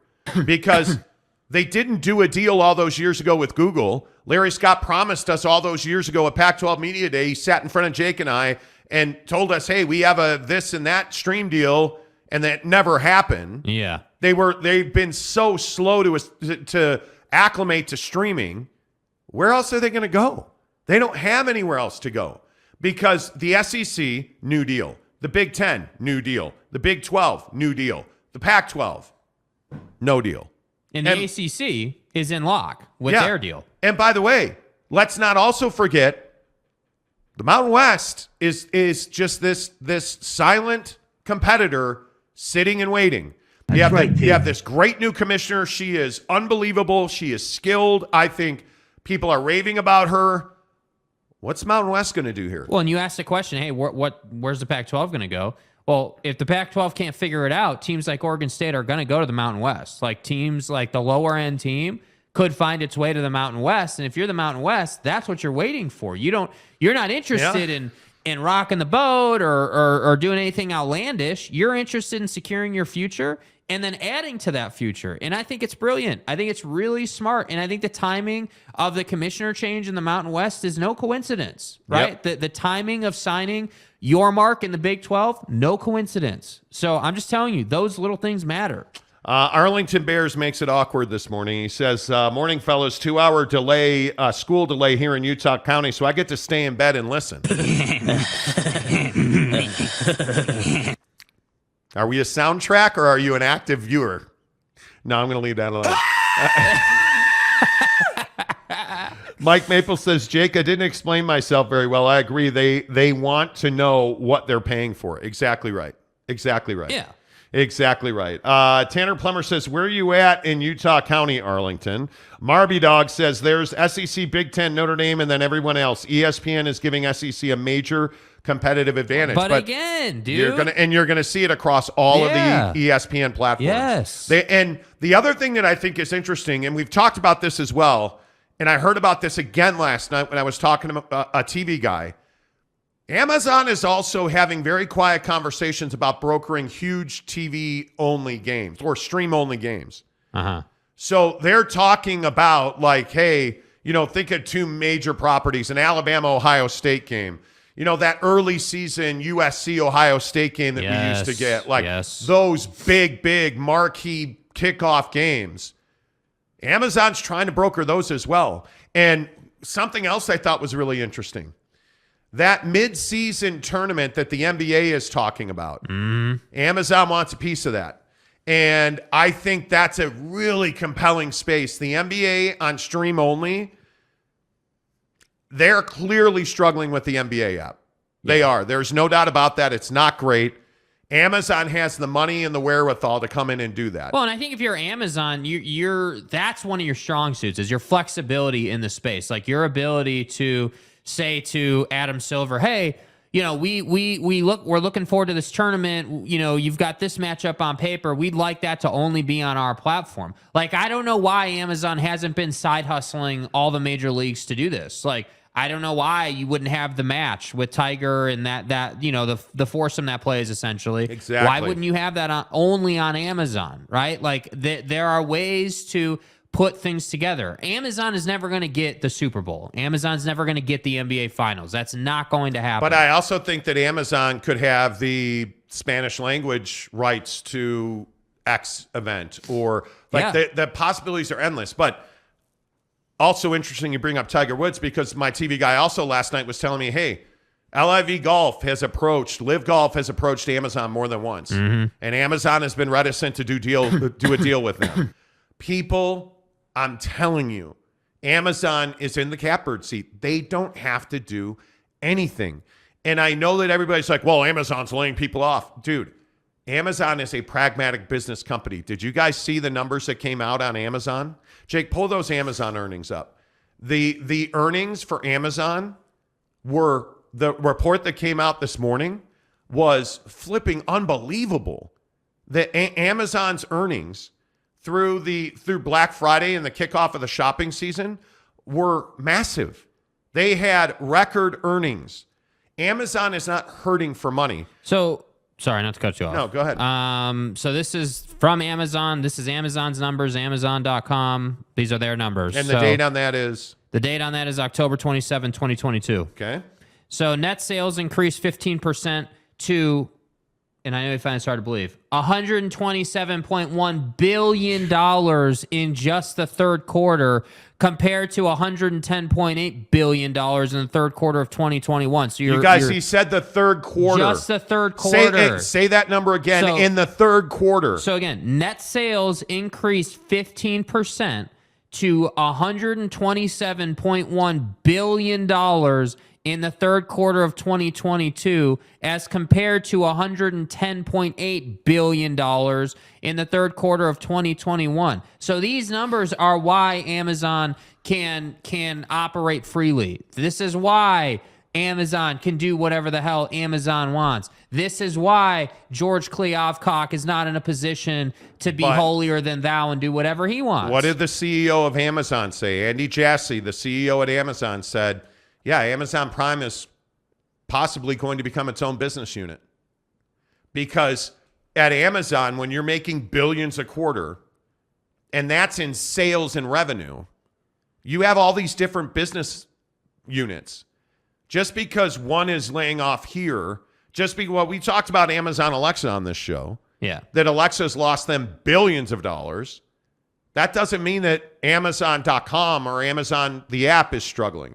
It doesn't mean that Amazon Prime Video is struggling. It means you have this one business unit, and they're going to have layoffs related to that one business unit, but hey, they're going to reallocate and from what I understand, Amazon Sports is not struggling financially. I want to give you guys a few examples of things that Amazon is capable of doing that maybe fly under the radar, just because this is in their earnings report. I think this is interesting. So you have Amazon Prime, and this is just the TV stuff, right? Obviously, Thursday Night Football, they kicked that off, right? 15 million viewers for its first game. Really solid numbers. Other things, though, that premiered on Amazon Prime across Europe, where UEFA Champions League in Germany and Italy, League One in France, right? Exclusive coverage of the U.S. Open tennis in the UK, right? So they're already side hustling a lot of this stuff in Europe. They're already doing this. But other things, other opportunities that they've created in other spaces besides sports. You have them expanding to places like Belgium. Amazon.com is now in Belgium, right? You look at you look at rolling out Venmo as a payment option. You look at being able to partner with the BMW group to offer Amazon services in BMWs. Well, how much was that? Remember we were talking about how many subscribers they have? Oh yeah, I can. It's almost. I think it's as many subscribers as they have Americans or something stupid like that. Like it is amazing to me that it's Amazon. So in 2017 they had 99 million subscribers to Prime. 18 they had 112 million. 19 they had 124 million. 2020 they had 142 million and a half. Like it just keeps going, and that's what I'm saying. Like. The point is not that Amazon is some great magical place, but what it is flexible. What it is cash flowing. What it is able. And they're in the tech space, so you don't have to question whether they're able to put things together. As of January 5th, 2022, almost a year ago, Amazon had 148.6 million Amazon Prime members in the U.S. Yeah, bro. That is up 50%. That's incredible. And yet we have no idea if they are close with Amazon. Isn't it amazing how long that journey has taken here on The Monty Show? This segment of the Best of The Monty Show is presented by our friends at TryDayTrading.com. Are you watching this at work? Is your boss a dick? Do you hate your job? Did you wake up this morning and ask yourself, why am I going into that hellhole to make other people money? See, we used to say that on this show, and then we started working for ourselves. And let me tell you how rewarding that is. And there's no better place to start your own business than at TryDayTrading.com. Did you make $1,000 today? Ask yourself that question. If you did not, TryDayTrading.com. Hey, did you make hundreds of dollars today? See, there are traders who went through the Try-Day Trading program that are making hundreds of dollars today. Why aren't you? Oh, you don't think you can afford it? Oh, I got the answer for that too. How about a $10 30-day membership at TryDayTrading.com? $10 that goes to charity. That's a tax write-off for you. And better yet, it's your education, so the whole program's a tax write-off for you. And for $10 in 30 days, you're going to get one-on-one coaching with one of TryDayTrading.com professional coaches. They're going to show you all of their proprietary systems so you too can make thousands of dollars a day trading at TryDayTrading.com. Go there right now and get your $10 30-day membership, no strings attached. Make sure you tell them you heard about it on The Monty Show. So we've also talked a lot about NIL, name, image, and likeness, and if it's wrecking college football. Well, back in December, we got in deep on NIL, and we asked that question, is it wrecking college football? When you look at college football, is the early signing period now dominated by NIL and the portal, and do we need to do away with it? Is NIL and the transfer portal good for college football? Here's the thing. We don't need the early signing period. We don't need National Signing Day anymore. Let's have National Signing Day be every day. That's what you need in college football. And the issue really yesterday that we saw as the early signing period kicked off is we saw Oregon flip major recruit after major recruit away from other programs and into Eugene. And it's a bidding war now. And I wonder, Jake, is that good for college football? Because my inclination is to say this bidding war that is erupted in high school recruiting, specifically high school recruiting, I think is terrible for college football. Well, I'm not ready to say that it's terrible for college football. I think that there are pros and cons for sure. I do think that there's this sense of hey, like it's the Wild West right now. I do think that's happening 100%. I think that you're basically saying, hey, my money bag is bigger than dude over here. Come play for me. Like that kind of feels like what it is right now. But you're still hearing kids say like, I chose this school because of the way it felt and the way it looked. And, like yesterday, Logan Fano on the show saying that, he chose to transfer because he felt like that gave him a better path to go to the league. Like these kids have their reasons, but I think the money, obviously, for some of these kids is the dominant factor. And I think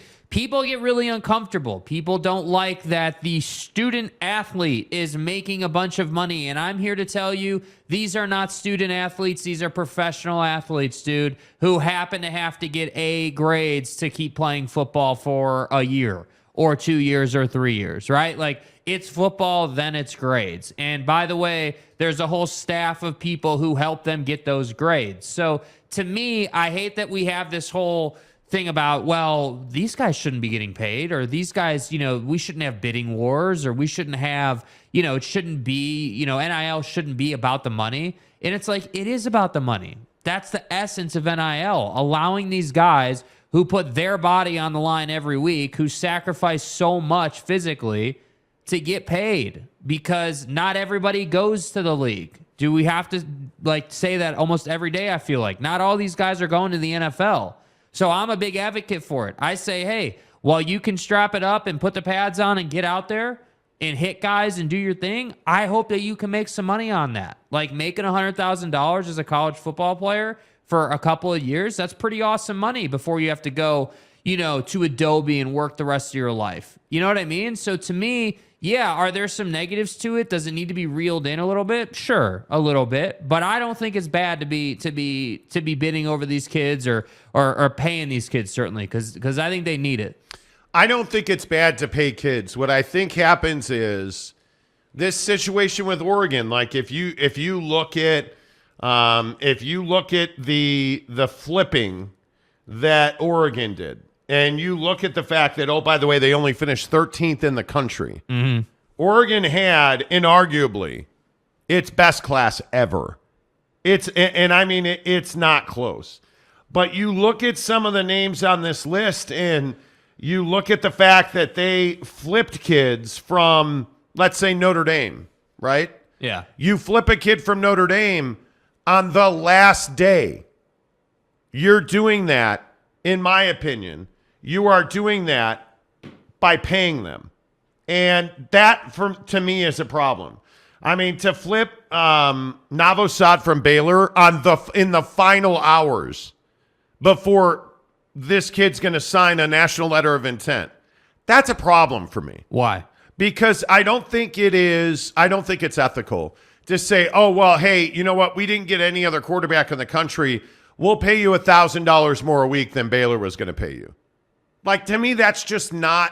But why? That's not ethical. Why is that in a world that is capitalistic, right? Like our country is built on capitalism. Why is it that we don't like this at the college level? Is it because they're, quote, student athletes? No, it has nothing to do with it. It has to do with the fact that Phil Knight has more money than Booster in, Virginia, or Booster in Los Angeles, or you're buying your team now. And if we're going to do that, if that's how we're going to recruit kids out of high school, let's just do away with amateur stuff. Let's just do away with having to go to school and call it AAA football, because that's truly what it is. And the frustrating part for me is that I feel like the kid always comes second. Nobody thinks about what happens, because just because you're a 5-star recruit doesn't make you an NFL talent. It does not. Where you go to school has just as much to do with, and this is my opinion, with your development. Like your path to the NFL is directly related to who is coaching you in college. There's no doubt about that. And when you look at Jackson State yesterday, and you look at who is going to Colorado because of Deion Sanders, yeah, and you see that Travis Hunter, the number one recruit in the country last year, who went to Jackson State and is now going to Colorado, he's just following the paycheck, man. Nobody's thinking about what happens if that kid doesn't make it in the Pac-12. What happens if that kid never plays it down in the NFL? But what happens to the kid if he never plays, right? Because I think it's a great point. If he never plays and he doesn't make it in the Pac-12, wouldn't you rather, like, I would rather have the kid at least make the money. Like, I'd rather have the kid at least benefit from that. Like, because before NIL was a thing, what was the path? Well, I got to have the grades, and then I got to build a relationship with the coach, and I got, you have to do these. It used to matter that you set your life up for after college. That used to matter. That's what nobody talks about. Nobody wants to talk about all the kids every single year on National Signing Day who never play a down of college football. Nobody wants to talk about the kid that gets hurt. And this is really the crux of my argument. You have, and it is largely, underachieving kids academically who are on the line of getting into a school, and they get in because they're a football player. Right. And they don't have something to fall back on because they're not able to compete academically at Stanford or Oregon or UCLA or USC. They're not able to compete academically at Utah and BYU, but they're there, they're playing football, and then when their football days are over, now what? Like the guys who delivered my Bowflex, my Peloton tread, were former football players in the state of Utah, and they never went anywhere. And now they're delivering Peloton treadmills and setting them up. And the one guy couldn't even kneel down because his back is bad from playing football. That's what I think about on days like National Signing Day. I think about the kid who didn't get an education because he wasn't able to compete academically, should have never been there.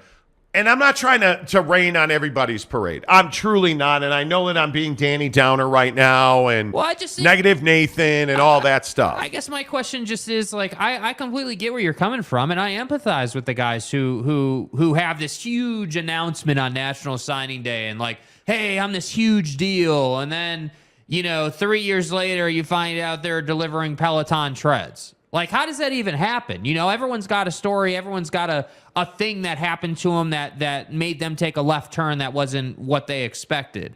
But I guess my thing just is like, if that left turn is going to happen, I'd rather this kid have pocketed 150 G's, let's say, over 2 or 3 years or whatever the timeline is. Because I agree. Nobody talks about that. Nobody talks about the kid who's got a bad back and can't function. Nobody talks about the fact that, these kids can barely scrape by on a C average, right? We talked all about one of the conversations we had, I think it was like a month ago, we talked about the fact that with the Pac-12 and USC and UCLA leaving, George Kliavkoff made this big deal about how, student athletes, and they're not going to have study time and travel. And it's like, dude, there are whole teams in place to make sure that these kids get the grades they need to get.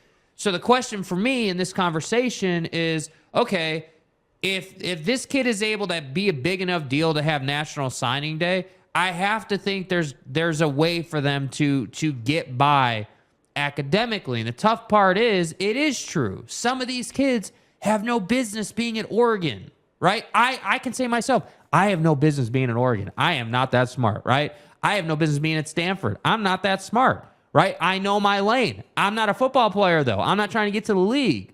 So it kind of puts these kids in a tough situation. But I just come back to like, all right, cool. Like, if that's the reality of the situation, I guess I'd rather them get paid than not get paid, but it's kind of this tough thing. Like, every kid's story is different. So I guess where I come down on is, I'd rather them have the money if they're going to be the guy that hurt his back and is delivering treads 3 years from now, Yeah, now that we're done being virtuous about ethics and whatnot in college sports, I just think that when I look at Oregon this year, I say, hey, they outcompeted everybody. And now when you look at the money that's being thrown around, the SCs, does Utah have any ability to compete with Colorado at this point? Does Utah have any ability to compete with certainly Oregon, USC, UCLA, for however long they're in the conference? Does Utah have the ability to compete with those schools? I would tell you they don't. And Utah had a fantastic class, 4th in the Pac-12. Yeah. Hey, that's all well and good. But you look at what Oregon did, flipping like Peyton Bowen from Notre Dame was a huge flip. Peyton Bowen is a safety that is a stud. And you look at some of the, they took kids from Ohio State. They took a kid from USC. They took a kid that's been committed to LSU since May. That's money. That's what that is. That's Uncle Phil stepping up with a box of Jordans full of $1,000 bills. But I feel like that's the world we live in. You know, if you take a step back and we get out of college athletics, I very much feel like that's the world we live in. We live in a world where if you have money, you're the guy. If you don't have money, you're not the guy. And that's the tough part. Right, but that doesn't make it a good thing. That doesn't mean that it's a good thing. Yeah. To me, you have to rein in the guys who are running around with their revolvers and their 10-gallon hats and just spraying money all over the street to get the best kid to come to Oregon. Uh-huh. I think if a kid is, in my opinion, if a kid is committed to a school, you shouldn't be able to reach out to him. You look at what the UTSA coach was talking about. I think it was UTSA. Yeah, it was. Was talking about how all these other schools were coming in and poaching their players.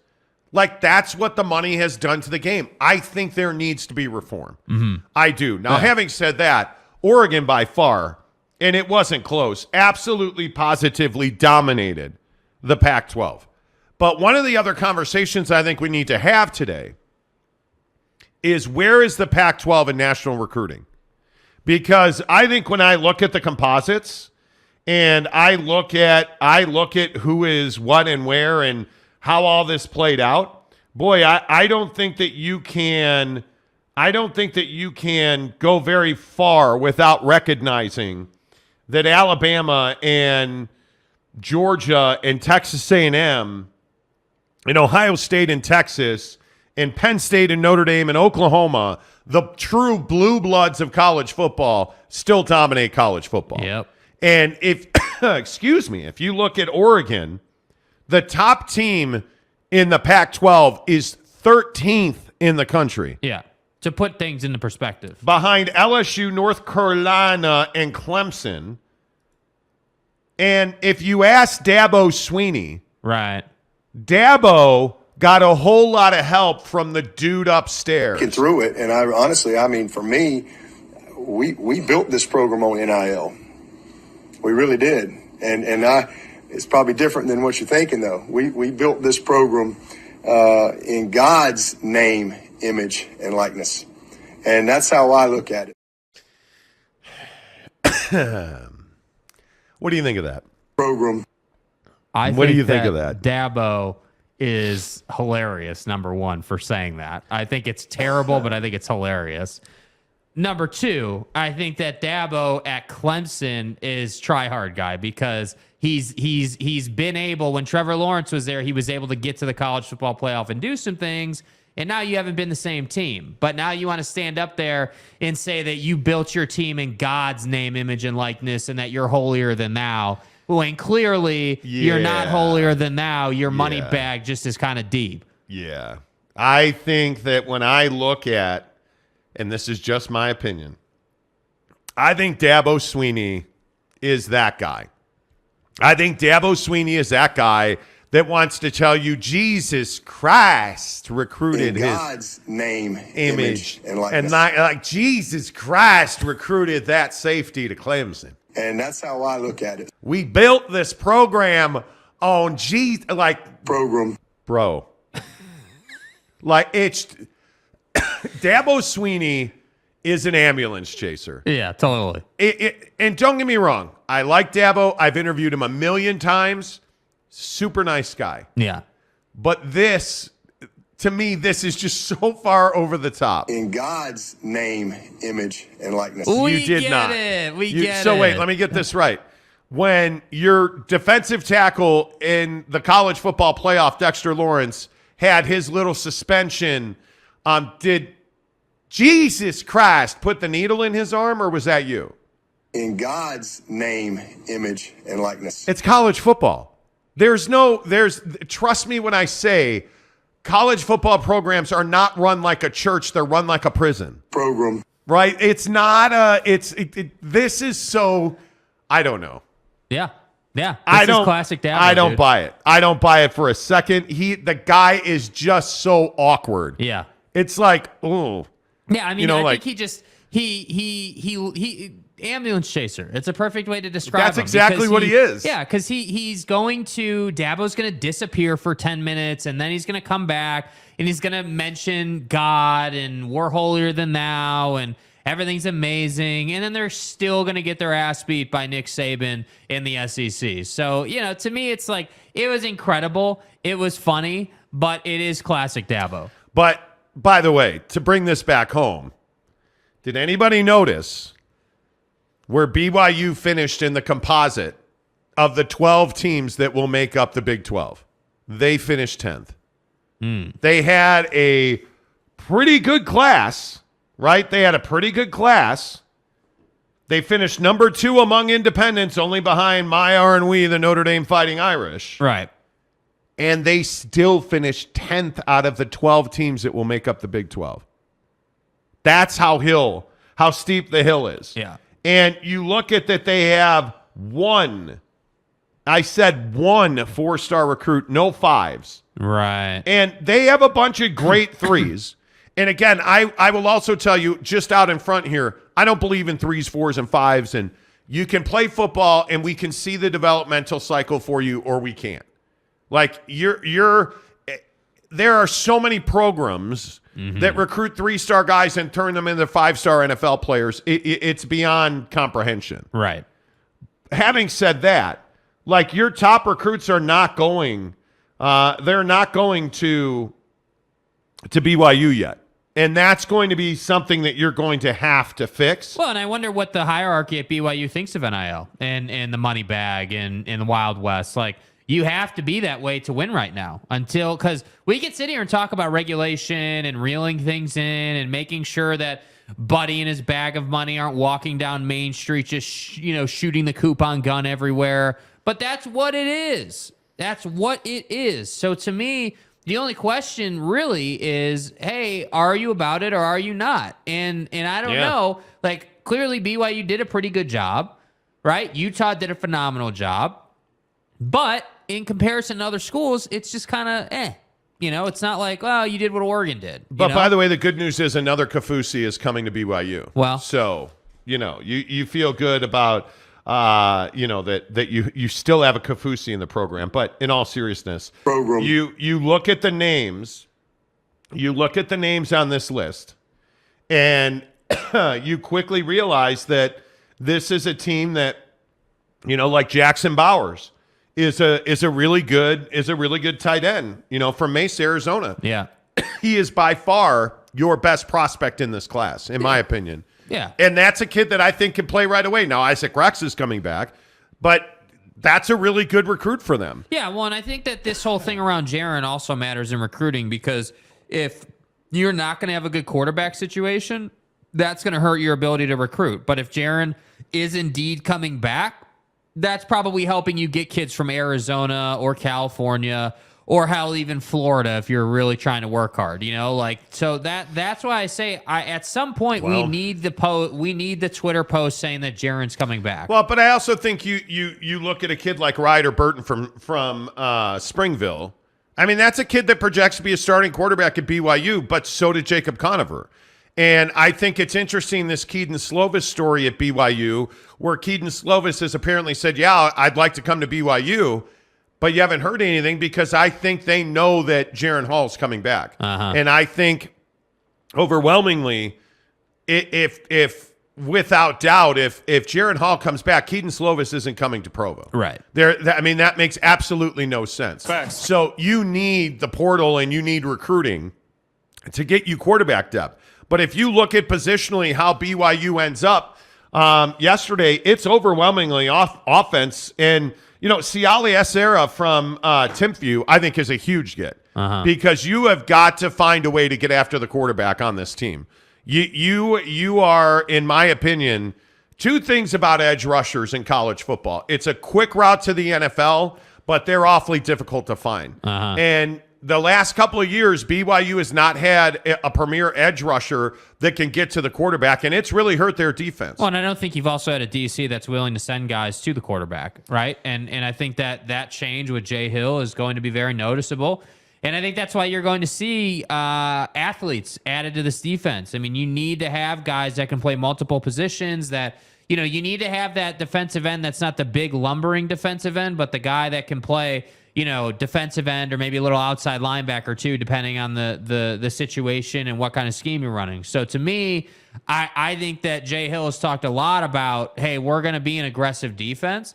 And that's why you're seeing them add guys like that who are top end athletes who maybe need some development, but clearly you can see the path. Yeah, and I also think if you look at, and this is just historically anyway, when you look at the way that these teams are put together now, it's transfer portal. I mean, it is the transfer portal, in my opinion, is far more important than NIL money and recruiting. That NIL money, in my opinion, needs to be overwhelmingly spent on the transfer portal, because when you are BYU or Utah, you have to win in the transfer portal. Yeah. There's just no doubt about that. And I think you're seeing BYU winning running backs in the transfer portal is a big flipping deal. That's a big deal because you have to find a way to restock your running back room. You have to find a way to do that, and you got to find a way to keep them healthy. Yeah. But I think specifically for this period in time, I think you got to get rid of the early signing day. I just don't know why you need National Signing Day.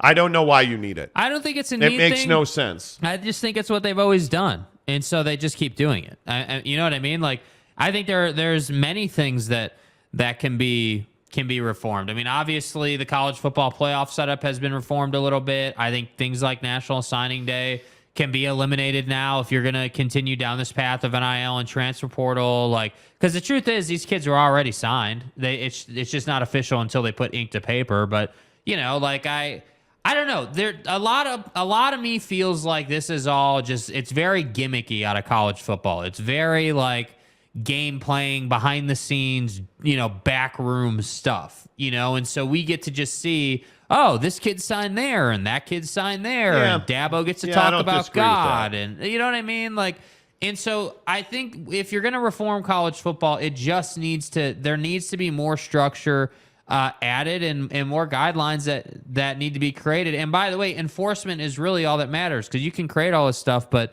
you don't have enforcement. Who really cares? By the way, let's switch gears and talk Utah recruiting real quick, because I think this class is spectacular.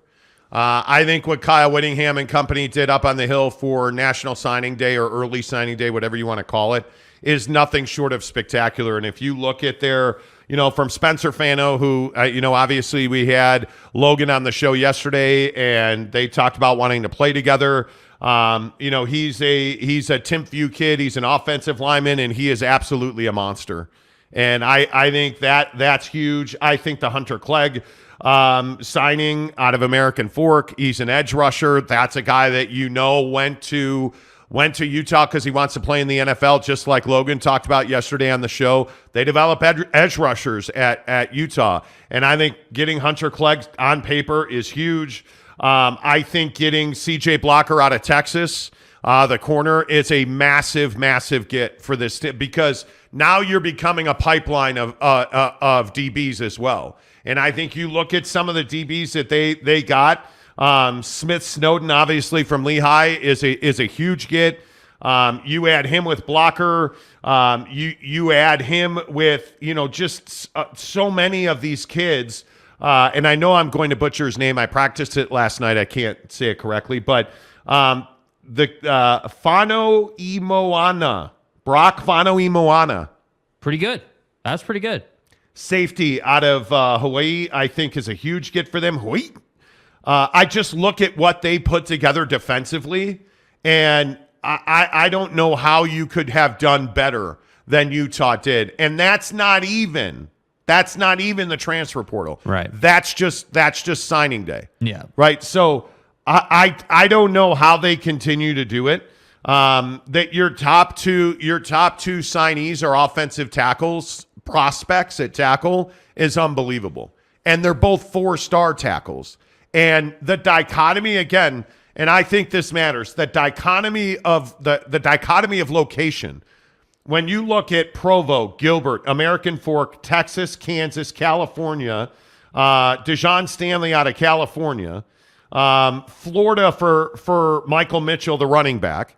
Again, Snowden from Lehigh, Mission Viejo, Corona, Sonora, Hawaii, Texas, Idaho, Mississippi, again, Hawaii, Las Vegas, Florida. Utah's got national reach now. And it's why this team is winning back-to-back Pac-12 championships. It's why this team is now starting to compete at the top of the conference on a regular basis. And then you look at Logan Fano coming in, and you have a lot of expectations for this defense to pick up right where they left off. I think this was an absolute positive, dominate kind of mentality out of Utah. Yeah. In recruiting, and the transfer portal has been very good to them as well. I mean, this was absolutely a win in the state of Utah for Utah. Yeah, I mean, it's everything you want, and I think that, as usual, Kyle Whittingham does it flying under the radar, and he has his way about it. But I there's no other way to say it. They did a great job. You know what I mean? That's as simple as it is. Yeah. By the way, I also want to touch back on a story we talked about last week here on the Monty Show. Mitch Harper last night. Yeah. Interesting tweet. Uh-huh. Did you happen to see what Mitch Harper tweeted? That the Royal Blue Collective is coming to BYU. In God's name, image, and likeness. And that you're going to wear that dropout. It's just so uncomfortable. And that's how I look at it. It's just so uncomfortable. But the Royal Blue Collective is coming to BYU, as we talked about last week. You can check my Twitter. We tweeted over the weekend about the fact that this collective was going to have a baseline war chest of $2.4 million, and that every football player was going to earn $30,000 a year from the Royal. I was told it was the Royal Collective, whatever they're going to call it. But this collective is coming to BYU, and I think it's a big deal when you look at NIL collectives. $30,000 isn't nothing to a high school kid. I think when you can say to a kid, hey, you're getting a minimum of $30,000 here, that's a big get. That's a big win. Yes. For BYU. And BYU has for as fast as they got out of the blocks in the NIL game, they've really struggled, in my opinion, to keep that going. And if this Royal Collective is able to really drive that forward, and what it is, it's a group of donors and supporters, boosters of the BYU athletic program, and it is across the program, that are going to put money into a pot to support BYU athletics. And that's exactly what you need, because you're losing guys like the Fano brothers. If the Fano brothers knew they were getting $30,000 each per season, it's probably a little more difficult to transfer to Utah. I don't know what they're getting at Utah. Maybe I'm wrong, but I think that it's significant. Yeah. It is significant. So, I think the NIL game and the transfer portal game at BYU's been significant. I mean, you lost two big names, including Clark Barrington, who committed to Baylor yesterday. You lost Campbell Barrington. I think the Keenan portal. Peely, The portal has just made this whole thing where it used to be before the transfer portal and NIL were linked and became prolific like this, that every year you'd always have attrition. You'd always have turnover. That's the nature of the beast. Yes. Whether it's college football, a business, whatever, there's always attrition and turnover. But now it's obviously been taken to another level. And so I feel like it's forced BYU's hand a bit, because we've told you that BYU's mid-level money machine department is struggling. There are certain issues, there are certain dysfunctions that are not allowing them to be productive, and that is basically holding back what they can do in certain areas. Well, when you see guys like Keenan Peely going to Tennessee, and you see the Barringtons going to BYU, and you look at some of the places that, these kids are going, whether it's Tate Romney and Jacob Conover going to Arizona State, whether it's Dallin Holker being a complete fool, in my opinion, going to Colorado State, Logan Fano's going to Utah. Again, Keenan Peely is going to Tennessee. Yeah. You look at where these kids are going. They're not going to Poughkeepsie State. They're leaving BYU. Keenan Peely is a stud. He's leaving BYU to go play in the SEC. It's Division I football. You're losing these guys. You're losing the Barringtons, who you're going to now see in the Big 12, to Baylor. Right? Like, why are they leaving? How much are they getting? Like, I mean, that's the stuff that we need to find out now. And again, if you're just tuning in, Max Tooley is going to join us 2 hours from right now on the Monty Show. He announced last night that he is in fact staying in Provo. Yeah. And that's a big boost for the linebackers, even though, again, I tell you, Max Tooley's a safety. We'll talk to him about Jay Hill, but we'll talk to him about, did he explore the transfer portal? Was that something that he looked at? Because I think it is a really fascinating question about whether or not he had options. I wonder what Max Tooley thinks of the transfer portal, just generally speaking. I mean, if you're a football player right now, like if you're Max Tooley, a stud linebacker, probably a safety at the NFL level, like, what do you think of the transfer portal? If the transfer portal is as real as it is BYU still the proper route? Well, for Max, clearly it is, right? Because he chose to stay. But for the Barrington brothers, it wasn't. And from some of these other guys, it wasn't. So that's what I find so interesting. And to our conversation earlier, I don't think enough people ask these kids this question. Like, where are you at on the transfer portal, generally speaking? Like, do you like it? Do you hate it? Is it ruining football? Is it the best thing that's ever happened? Like, that's what I'm curious about, like how your average or above average guy thinks of it. Well, we'll ask Max Tooley about that at 8:30. All of our college football talk, including BYU and Utah, presented by our friends at Barbecue Pit Stop, bbqpitstop.com. We are just 3 days away from Christmas now, friends. No better place to finish off those stocking stuffers or Christmas shopping than at Barbecue Pit Stop in Logan, Layton, Lehigh, St. Jeezy. Down in the St. George area. By the way, we're seeing some people at Jack in the Box tomorrow. Just saying. Nice. They're also in Salt Lake City and Murray on State Street, right across from the mall. I'm telling you, you're a customer for life when you walk into a Barbecue Pit Stop because they're just good dudes to do business with. They're all local franchises. They are entrepreneurs. They work hard to make sure that every customer is taken care of. By the way, all of the Barbecue Pit Stops now have meat counters in them, so you can get your wings, your briskets, your roasts, your steaks, your chops at Barbecue Pit Stop. And you also know, as soon as you hear the name Barbecue Pit Stop, yeah, you're getting the best equipment in the business. There's no doubt about that, whether it's a Traeger, a Big Green Egg, a Yoder, Camp Chef, whatever you need equipment-wise for your pellet smoker to your propane grill, Barbecue Pit Stop's got it. By the way, I would tell you to get into the pellet grill business because you plug that thing in, you fill the hopper with pellets, and you're smoking whatever it is you want to be smoking right now. It is lovely. It is a year-round business. I'm telling you, you put a brisket on the smoker for Christmas, the whole neighborhood knows about it. Yep. And it's spectacular. The end product is just superior to charcoal briquettes or propane, in my opinion. I am no longer a propane guy. I am 100% a pellet smoker guy on the Traeger Ironwood 885. And by the way, you can also shop online at bbqpitstop.com. You can chat with them online. There's a little chat feature there. Make sure you tell them you heard about it on the Monty Show, your guy gift-giving headquarters for the guy in your life, Barbecue Pit Stop in Logan, Layton, Lehigh, St. George, and our good friends in Murray. All right, let's get your comments in here on NIL and the transfer portal. Cody Strickland says, morning, guys. Kid will be here next Wednesday. Wow. I won't be able to watch live shows for weeks. Come on, man. Come on. It's not like you have anything going on. Okay, well, listen, Cody, make sure you hit the like button. We've had almost 300 people watch the show now, and we only have 20 likes. So let's go. Hook it up. Watch when you watch our show, please do hit the like button because it does help the show grow. And let me update you. We're trying to get to 9,000 subs in the next week. Right. In the next week. And right now we are at 8802. Okay. 198 to go. The countdown begins. We are at 8802. Just 198 subscribers Let's to go.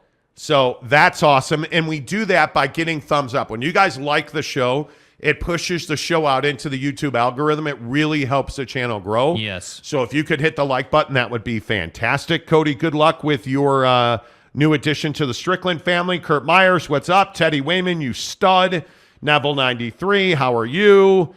Kurt Myers says, the portal and NIL have ruined bowl games. Fans want to see their stars when they play for large sums of money to travel and buy tickets. Well, I think it's an interesting point because I think a lot of guys are not playing in bowl games. Right. I mean, if you look at Jaron Hall, Max Tooley, Harris LaChance, the guys who didn't play in New Mexico, some of them are getting ready for the NIL, some of the, or for the NFL. Yeah, the NFL Combine, thank you. Some of them are transferring, some of them are injured. But for various reasons, a lot of stars did not show up in New Mexico for BYU. It's an interesting point. It's a very, very interesting point. Kurt Meyer says, put luxury taxes on college sports. I think there's going to have to be a spending cap at some point because you can't just have Phil Knight swoop in and spend as much money as you like on NIL. I think it just doesn't work that way. Barfing Chickens says NIL and the portal are so far the best thing that have happened for the sport's competitiveness, but yeah, it needs to be more regulated. And Barfing Chickens, I think we all agree on that. Yeah. I think both sides of that. Josh Levern, NIL is great for players, good for some schools, not good for college football in the long term. I agree. Let's see. Simon 2077. Monty has a good point. Well, hey. One they want. Exactly right. K-State flipped a tight end from Colorado, but he didn't want to play for Neon Dion. Interesting. Provo Cougar fan says, I believe it's about 2% of college players make it in the NFL. The portal will make academic progress to a college degree more difficult. The player needs to think about life after football. None of them do. Because their life isn't about anything else but football. That's the problem. Wow. And I understand there's no perfect world situation. There's no utopia, right? Yeah. But we have to, at some point, care about the kid's long-term viability as a man. And I don't think we do nearly enough of that. I think we probably do more of that at Utah and BYU than most schools do. But are you telling me that Deion Sanders thinks about anything other than these kids getting to the NFL? Because I don't believe he does. And I agree that academics are not for everybody. Yeah. I totally understand that. But if you buy into Deion Sanders and Deion doesn't get you to the NFL, is that your fault or is that his fault? Well, when you're 17, 18 years old and he's throwing a bunch of money at you, it's his fault. And we have, in my opinion, a responsibility to kids to make sure we're putting them in a position to live a better life. Because a lot of the kids that Deion Sanders is recruiting are from single-parent homes that are in poverty in big cities. That's who Deion Sanders is recruiting. And that may work at Jackson State.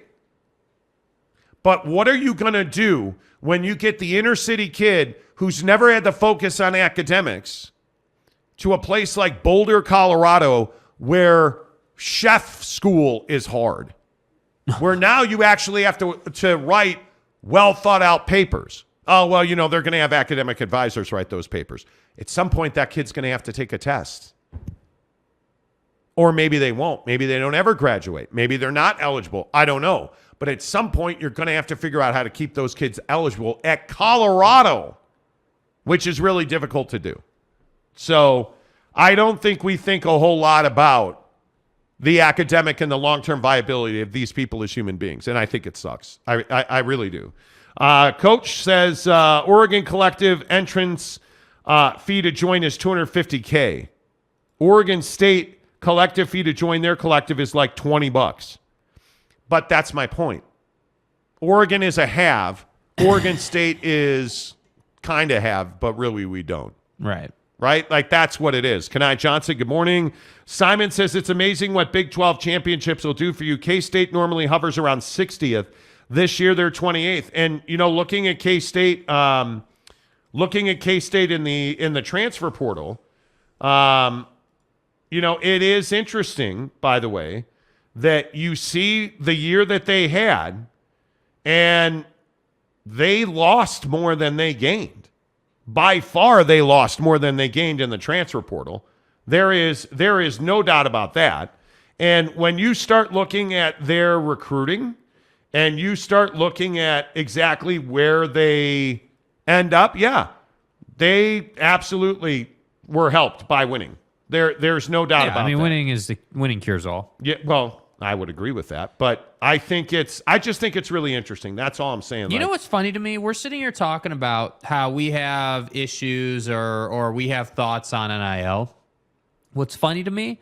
We don't do this in any other sport. You ever notice that? You ever We don't. Pause for a second? We're so in love. We're so obsessed. We're so committed to football, a kid's game, that even when there's no football of relevance being played right now, this is what we do. We're too busy to talk about, any other sport, really. I mean, we'll talk about the Jazz today, but everyone wants to talk about this. And then we want to sit here and complain that, it's unfair that Phil Knight is spending his money. Well, is it unfair or is it the reality of the world? That's the problem. That's what I have issue with. But I also think it's remarkable that K-State's able to go to Tuscaloosa and pull a recruit out of Tuscaloosa, Alabama. They're able to go to Stillwater, Oklahoma, and pull a recruit out of Stillwater, Oklahoma. That's my point. That's what the system right now allows a program like that to do. Yeah, program. You know what I mean? I mean, their composite 20, their score is 29th in the country. That's what I'm saying. So is pretty unbelievable. Are we, you can't have it both. You can't have your cake and eat it too, right? Like you can't say, hey, there is like we have issues with the fact that there's basically just free spending happening. Spend as much as you want. Nobody's tracking it, right?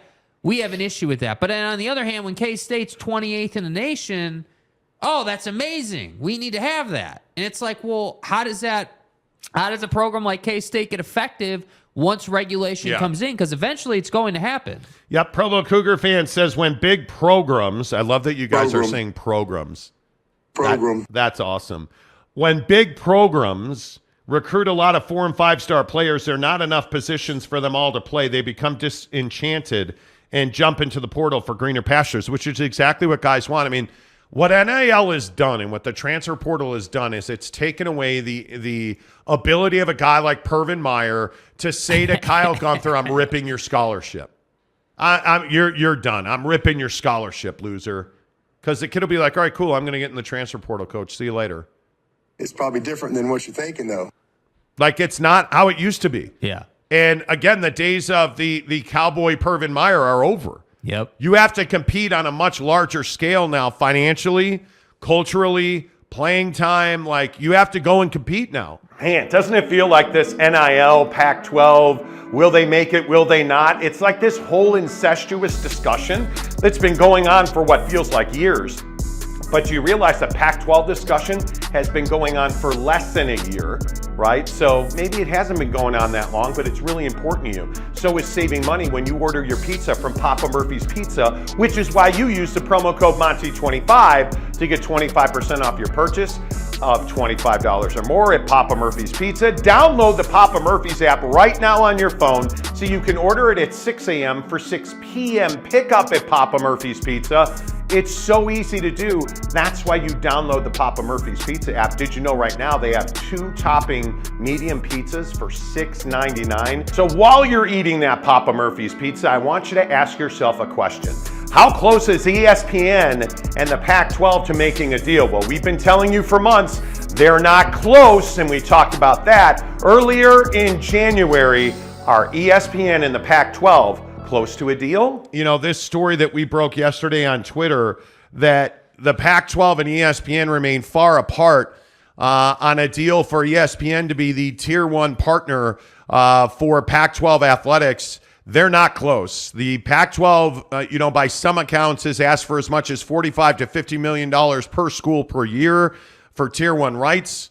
They are looking for, I think, total compensation in the order of $50 million a year, which is a $500 million proposition, and ESPN wants nothing to do with that conversation, which I think is very smart by ESPN. And again, we come back to this situation where the question you're asking about the Pac-12 conference is, are you a viable conference if you are stream only on Amazon? I think this is a really important question today on the program, and I think when you look at Amazon, I absolutely think Amazon's a viable platform. I think they're brilliant for launching a sports-only app where you'll be able to watch all sports content in a standalone app from Amazon. I think it's absolutely brilliant. But the bottom line is Amazon, ESPN, Fox Sports, all of these TV partners that we talk about in college football, college basketball, these guys are business people. And paying the Pac-12 $40, $50 million per school per season makes no business sense whatsoever. You figure that at some point the Pac-12 is going to want to draw even financially with the Big 12. But as we stand right now, sources in the television industry have told us that's not even a possibility at this point in time for the Pac-12 to draw even at, let's call it $30 million with the Big 12. That doesn't even seem like a possibility right now because ESPN, I think, is making it pretty clear they're not interested in being a tier 1 partner with the Pac-12. And I think what we're seeing very quickly is this dynamic that we've talked about for several months now where ESPN and Amazon are not competitors. They don't view each other as competitors. ESPN has embraced Amazon in the streaming marketplace. And the issue that creates for the Pac-12 is you don't have competition in the marketplace for your rights. And what that means is you don't have somebody saying, well, hey, Amazon's willing to pay $5 for our rights. Well, I'm going to go back to ESPN and they're going to pay $7, which will make Amazon pay $8. Like there's no bidding war going on here between Amazon and ESPN. And it's a huge problem for the Pac-12, but it's a stroke of brilliance from ESPN because I think a lot of people thought that ESPN would pony up more money to keep Amazon away from Pac-12 Tier 1 when it's turned out just to be the opposite. With the SEC deal that ESPN did that brings SEC football to ESPN, they don't need to compete for Tier 1 rights with the Pac-12. They most certainly at ESPN would like to have that Pac-12 After Dark window on a Saturday night for certain. The issue now is there's less value in that window for ESPN because you've lost your exclusivity now that USC and UCLA have joined the Big Ten, and you know that NBC is going to have that late night game. So there's a real value problem for the Pac-12, and I don't know how you fix that because it's been interesting to watch. Yesterday, I don't know how many people saw this, but Fresno, the city of Fresno, introduced a resolution imploring a P5 conference to add Fresno State. Now, truth be told, I would like to have Nike be implored to send me every Air Jordan release for free a week ahead of everybody else. But I think we all know that's not going to happen. Mm-hmm. I would love for the Powerball lottery to be implored to send me the winning Powerball ticket before anybody else. But I think we all know that's not going to happen. I'd like to implore my fat ass to lose weight and be thin like Arnold, but I think we all know that's not going to happen. It's pretty cool that Fresno State wants to implore a P5 conference to add them, but that's not going to happen right now today. And as much as the city council and the all-powerful mayor of Fresno would like it to be, P5 conferences don't operate on Fresno time. They operate on Tuscaloosa time. They operate, if we're being honest, on Athens, Georgia time. That's where they operate. And Fresno can want to be in a P5, but that's probably not going to happen. But it does bring up an interesting question. Does the Pac-12 need to expand before it signs a new TV deal? And Jake, I think that's absolutely something that the Pac-12 should look at. If you can get $25 million now for your Tier 1 rights per year per school, if you added a San Diego State to bring you back into Southern California, which is a hole in their financial arsenal right now, would it make sense to add San Diego State first before you go and make a new TV deal? Yeah, I think you have to do something other than nothing. I mean, if we're being honest, they've done absolutely nothing. Like, you've added nobody. You've hemorrhaged money. You've hemorrhaged annual revenue that you would have potentially realized before the SC and UCLA thing happened. Like, I think they need to do something other than nothing. So if the Post-it note says Fresno State or San Diego State or whatever it says, they got to do something. You have to put a Band-Aid on this thing. You got to find a solution to bring more value. And I think the ESPN not choosing not to compete with Amazon and choosing instead to say, hey, yeah, you guys have your own space within this conversation because you're streaming instead of traditional TV. I think that was brilliant. I agree with that. And I think that is the type of thing that George Kliavkoff and company did not see coming. They didn't see that coming. I would guess that came as a shock to their system. So since we've been talking about this, since the inception of this conversation, I've been waiting for, hey, George Kliavkoff and the Pac-12 finally added somebody. They finally, brought more value to their conference, but they still haven't done that. Yet here we have the Big 12 getting TCU into the college football playoff final, the championship game, the national championship. The Big 12 has beat you to that. And that, to me, is the best indicator of where the landscape is at right now. Meaning that the Pac-12 isn't going to realize $50 million a year in their TV deal right now. There's just no path to that. And frankly, every day that goes by and every day that we get, hey, the mayor of Fresno is trying to join the PAC, I really feel like that hammers home that the PAC is kind of desperate. And you do get the Canzanos and the Wilners of the world and all these other writers who want to say, oh, the Pac-12 is fine and we're the conference of champions and we're the best. And that's just not true. But doesn't this go back to the argument of, the Big 12 doing a TV deal sooner than later? And everybody that was criticizing the Big 12 for getting out to market earlier rather than later and waiting for the Pac-12 to make a deal. Again, I just ask you, what would the value position have been for the Big 12? Because if you are the Pac-12 and you sign a $250 million deal for 10 teams, that's $25 million a year, let's say. Right. That hurts the Big 12 if they don't have a deal in place. Because what's the Pac-12 trying to do now? The Pac-12 is chasing the deal that the Big 12 got. And they're in a position where now they've lost Southern California and specifically Los Angeles. And it begs the question, what is the value proposition of the Pac-12 right now? Ask yourself that. If you are selling yourself to Amazon and ESPN, let's say, and you are George Kliavkoff in the Pac-12, what's the value proposition?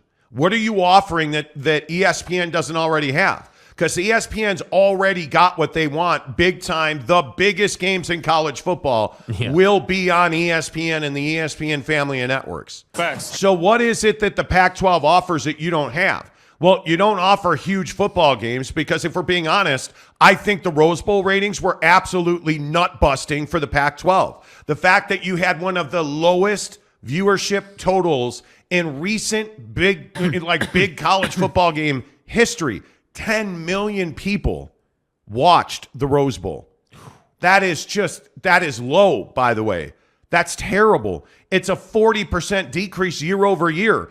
And what that tells you is that I don't believe that the Pac-12 is the huge draw that we all think it is. And the other thing it tells you is that if USC and Oregon aren't playing in those games, the chances are you're not going to get a huge TV number. And with all due respect to Utah football didn't bring people to the TV. That's a huge problem. So if you're the Pac-12 and you're out to negotiations with ESPN right now, and they're like, hey, bro, we just did one of the worst TV numbers ever on the Rose Bowl. I'm sorry, what are we paying for? That's the reality of the TV deal right now. And I don't think it's necessarily a good thing. I think this is absolutely debilitating to the Pac-12. I think it's absolutely a disaster that you see. And the other thing I think is really important here, and I don't know how many people saw this, and I'll put the numbers up, but one of the guys that I think we respect most in the television business is a guy named John Arand at Sports Business Journal. And he put out the Thursday Night Football numbers yesterday. Look at the Thursday Night Football numbers. Last year, they were 16.2 million viewers on Fox, NFL Network, Amazon, and local channels. Okay. This year, 9.6 million viewers on Amazon Prime and local channels. Oof. That is a big drop. So if we look at these numbers. What is the consumer telling us? Because I'm a huge believer in this. You have to listen to what the message the consumer is sending, which is, hey, I don't want to flip over to Amazon to watch one game. That's what that says to me. It doesn't definitively say people won't go to Amazon to watch football, right? I'm not going to go that far. But I think it does definitively say that people are not going to go out of their way to catch Thursday Night Football on Amazon because it's one game and there's a bunch of other stuff on TV, right? Everything else, NBA, NHL, the wrestling contingent, like all these other things are on TV, regular TV. So that's what I think those numbers say. But I think when you take those numbers, you then combine those numbers with the Rose Bowl numbers. What are we really saying here? What's the message? The message is, hey, I want compelling football games in a proper time slot that I'm interested in. That's the message. It is not rocket science. So this Amazon Pac-12 thing, the real issue for the Pac-12, and you're never going to hear George Kliavkoff or John Wilner or John Canzano or any of these guys say this, real issue is the Pac-12 doesn't have compelling content. It could be badminton. If it's compelling and it's interesting and there's a lot on the line, people are going to watch, right? But there's not. There's not a lot on the line. It isn't compelling. With all due respect to Oregon and Washington, right? It's just not good enough when you have Alabama on ESPN. That's the problem. So to me, the title of today's show is the Pac-12 has to fight for every dollar. Fighting for every dollar looks like expanding before you try to sign a TV deal. It looks like being proactive about adding value to your ad partners. Just the same way that we try to add value to you guys who watch our show, they need to add value to an Amazon deal. That's how they will get more money out of this deal. But that is not how, since the beginning of times, George Kliavkoff has not had that opinion or that viewpoint or perspective on this conversation, and that is why they are here, ultimately. Well, I also think you have to go back to Brett Yormark's comments on streaming, and I think when you look at Brett Yormark, who is the commissioner of the Big 12, his comments on streaming are huge. How do you look at streaming as part of the television packages you're creating? I think streaming is critically important. It's a way to reach younger consumers.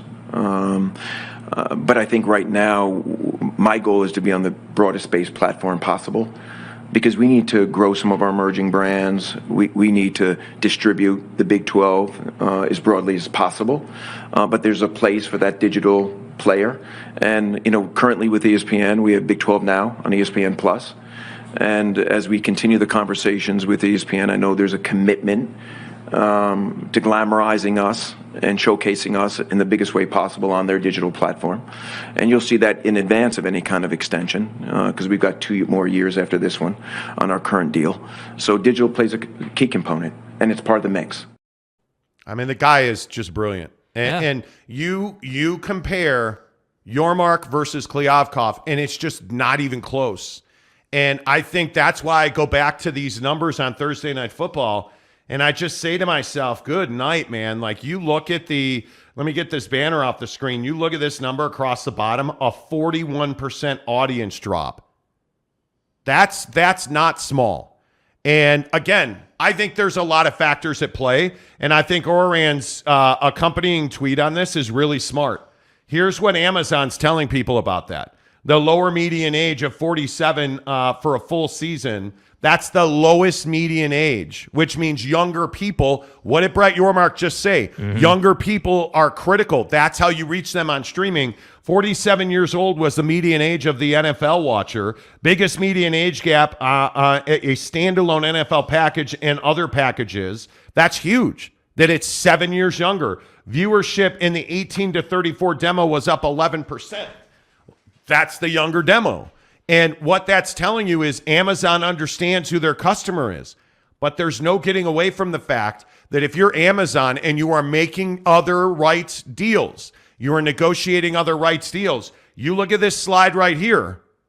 Do you really think that the NFL is not more popular than Pac-12 football? And right now, if what we know is 41% less NFL fans are willing to go to Amazon on Thursday night, what is Amazon saying to the Pac-12? I have to believe that Amazon is hedging its bets. I have to believe that Amazon, who as we speak is realigning its business departments, its businesses to get more financially stable. You can't tell me that when they're going to negotiate a deal with the Pac-12 that they're not going to squeeze down, because it only makes business sense. I think the one thing we know about Amazon is they're wildly intelligent when it comes to doing business. And I think what you see with Amazon is they're not just going to throw bad money after bad money. I again go back to this idea that ESPN and Amazon are not competitors. But what do we know about the two? They're both in the streaming business. ESPN, and this may be the best example of this, ESPN was very slow to really adopt streaming on a full-scale basis. They didn't have, for the longest time, they didn't have ESPN Plus. They didn't have the app. And then as soon as they figured it out, they put their foot on the gas. And if you don't have ESPN Plus right now, you're losing.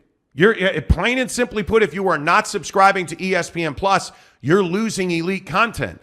I think ESPN knows that. And what did you hear Brett Yormark say? Hey, we have, Pac-12 now or Big 12 now on ESPN Plus, and we're going to expand that. Streaming is where you get exclusive content that you're not going to get on TV. Again, we had Kenny Scott, the Utah alum, on the show yesterday, and what did we talk about? He saw Coach Prime. I saw Coach Prime. Where did we watch Coach Prime? We watched Coach Prime on Amazon Prime. And what did it make me do? It made me stay on the Amazon platform longer because Deion Sanders is one of the hottest commodities in college sports right now. That's why ESPN and Amazon don't compete, because you can't compete with Amazon. Their business model is too good. And if you are the Pac-12, do you really think Kliavkoff is going to be able to negotiate around Amazon?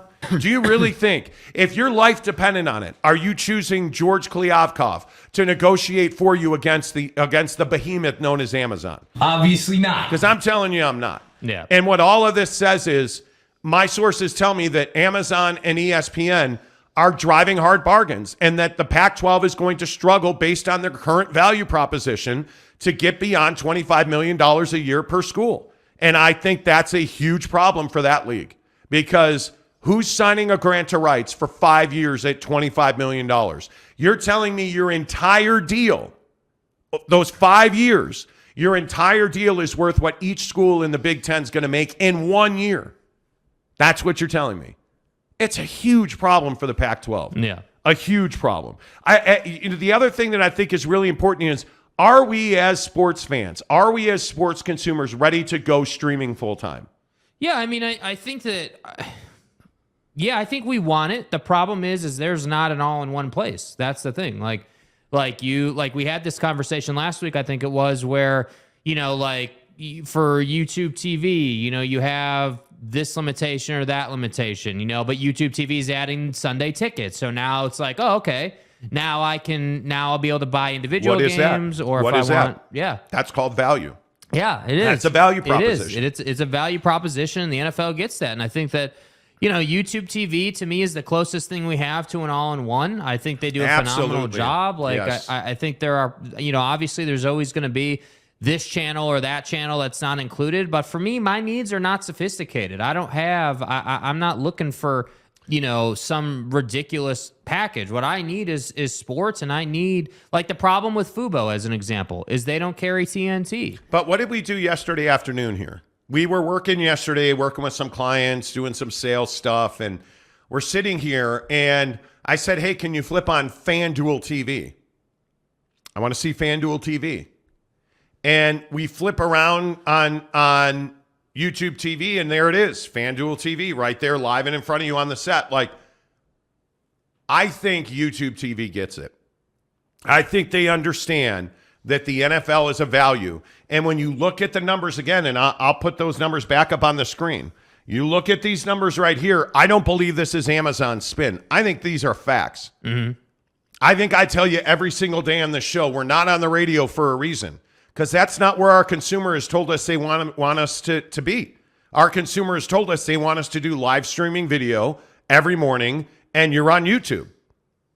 Look at these numbers. What is the consumer telling the NFL? The younger consumer, 18 to 34, is a massively important demo. It's millennials, and it's Gen Z, or Gen X, I don't know, what is it? Gen Z? Gen Z, excuse me. It's 18 to 34 is Gen Z and millennials. Yeah. Those are the people that have money.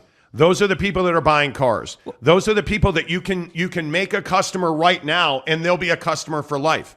So that number right there that says 18 to 34 demo is up 11%. The lowest median age 47 for a full season since 2013. Guys, that's the money demo. What Amazon's telling you is if you want to advertise on the NFL and reach that demo, Amazon Thursday Night Football is where you do it. Well, and I think the importance of that demo also is like you have this dynamic at play where, you know, the lowest range of that 18 to 34 is 18, right? So what you're doing is you're getting that 28 to 34-year-old who is coming into their money-making prime, but you're also getting the young person that you want to capture then. So then you get all of those years ahead of their prime money-making years. And that, to me, is really, really important because how long have we talked about, hey, like, what does the college campus kid do to watch the Pac-12 right now? Where do they get that? Where do they, like, how does that work? How are we reaching those people? That's a great question, You know what I mean? Like, you have all these people who are working their ass off to get these degrees, and they're on campus every day, and they're doing all these great things. But what does that inherently mean? Well, that inherently means that they're not home on the couch, right? They have to be out and about, which means they're on their phone, right? And the Pac-12 is not on the phone right now. That is the problem. That's the thing. So for the Pac-12, I think Amazon in that sense makes sense, where you can say, hey, all of our stuff is on Amazon. So no matter where you are, you can get it. And then I think they just got to train consumers that, hey, Pac-12 football is on Amazon. But you can't have a situation where the Utes are on Amazon, Washington's on ESPN, and then you know, whatever, Oregon State is on Pac-12 network. That doesn't work. There's no cohesiveness. And honestly, cohesiveness is what has allowed ESPN to become ESPN. If you think about it, every major NBA game's on ESPN, right? The NHL is now on ESPN. You look at NFL, Monday Night Football is on ESPN. So ESPN understands the cohesiveness factor and understanding that in the background of someone's mind, hey, Jimmy, do you want to watch that game tonight? That football game tonight after we're done with class? Oh, yeah, it's on ESPN. We'll just flip it on when we get back. Like, that's what ESPN gets that I feel like the Pac-12 right now doesn't get. Yeah, and I think when you start really looking at the way that these deals are structured, man, I really have fear for the Pac-12. I think it's a very tough sell for the Pac-12 to say, yeah, we bring you tremendous value, pay us $50 million a year. Mm-hmm. Man, that's a tough sell. I don't even know how you get to $30 million a year. I was chatting with a TV industry source that I've known for years, and we were trying to figure out the value proposition the Pac-12 brings. And I don't know what that is, because I don't think there's a TV executive who believes that Oregon and Washington are in for the long haul. But I think the Pac could create value, and that's what's baffling to me. At the end of the day, like take all the opinions out about like where the Pac-12's at or the money, or if we set all that aside and we just sit here and say, hey, like at a baseline, they have the resources to get creative and create more value and add more value to that distribution deal. But if you take out USC and UCLA, and I said to you, what's the biggest matchup in Pac-12 football? Yeah, Oregon and Washington. That's it. That's it. I mean, honest to goodness, Cal has been down for a decade. Stanford's been down for, 5 years now? I mean, you look at Utah, the problem is, I think Utah nationally is not a draw. And if you're Amazon, I think you need national draw.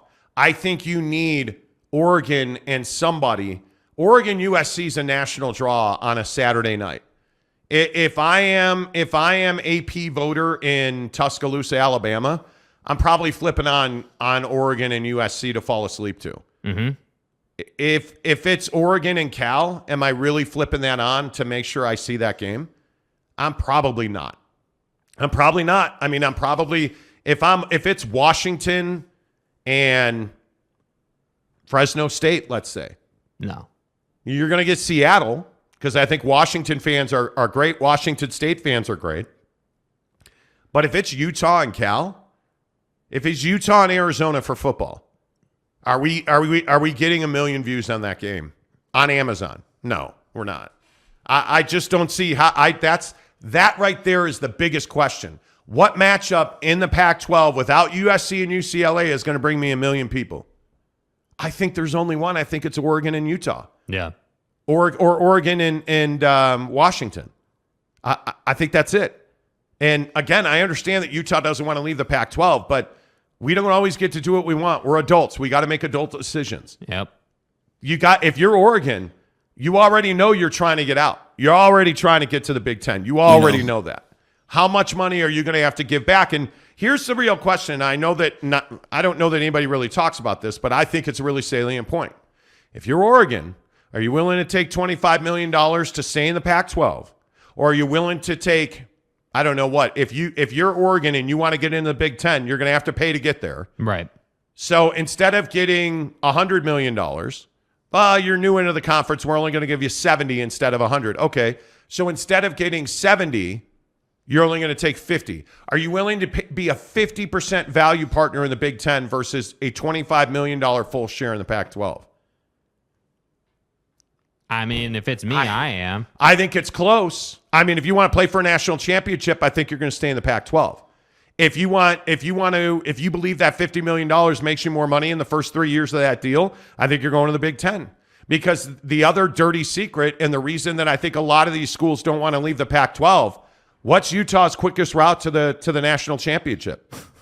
Yeah. Staying in the Pac-12, man. Do you think the Pac-12 is at any risk of not being a P5 anymore after all this shakes out? And because again, we're sitting here talking about, it comes up in my head because we're sitting here talking about names like Fresno State, with San Diego all due respect. This is a San Diego State conversation. Yeah. Is San Diego State a Power 5 program? I think if you add them to a Power 5 conference, they quickly become that. If you are Fresno State and you get into the Pac-12, is that better for you? Of course it is. You're going to recruit better. But does that mean that you're going to ever be the school that competes for the best quarterback on the West Coast? You're not. You're not. Not unless that kid's dream is to play at Fresno State. Yeah. Because that kid's going to USC. The best quarterbacks on the West Coast are going to Oregon. The best quarterbacks on the West Coast are not going to Fresno. But I could see a kid in Lake Forest, California. Southern California puts out quarterbacks like it's their job. I could see a kid in Lake Forest. I could see a kid in Calabasas. I could see a kid in Beverly Hills. Yeah, well, you know what? Maybe I can't get USC. Yeah, I think I want to play right away. I'm going to go to San Diego State. Keeps me in the best Mexican food in the world. Mm-hmm. I could see that. Are you going to Fresno? Are you really? If we're competing between San Diego State, and let's get down to brass tacks. Okay, I'm a kid in Los Angeles, the greater Glendora, California. I'm a kid in Inland Empire, California. I'm a kid in Tarzana, California. I'm a 4-star quarterback. USC offered me, but I'd be like 5th on the depth chart. But I've got full ride, NIL, big time offers from Fresno and San Diego State. Where are you going? You want to go be Top Gun with all the chicks and the golden cleavage in San Diego? Or do you want to pick olives and grapes in Fresno? Because that's the difference. Let's be very honest about it. The location is the biggest problem that Fresno's got. Yeah. Derek Carr and his brother aside, who's the best player to come out of Fresno State? Off the top of your head. Yeah, you got to think about it for a minute. My point is that if you're Fresno State, sure you want the bread to get in. Sure you do. But you're also a UC school. That becomes a problem. You're also a UC school. So does the Pac-12 want another UC school? Because I think I can make an argument they don't. And you're in Fresno. Does adding Fresno right now to the Pac-12 help the Pac-12? No.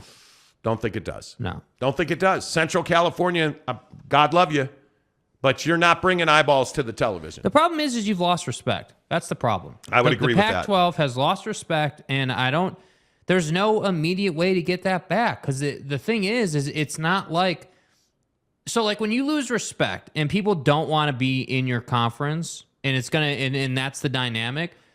One of the ways you could create, some value is by potentially getting creative within the game, or like you need to create excitement. Like, oh, the Pac-12 is doing that.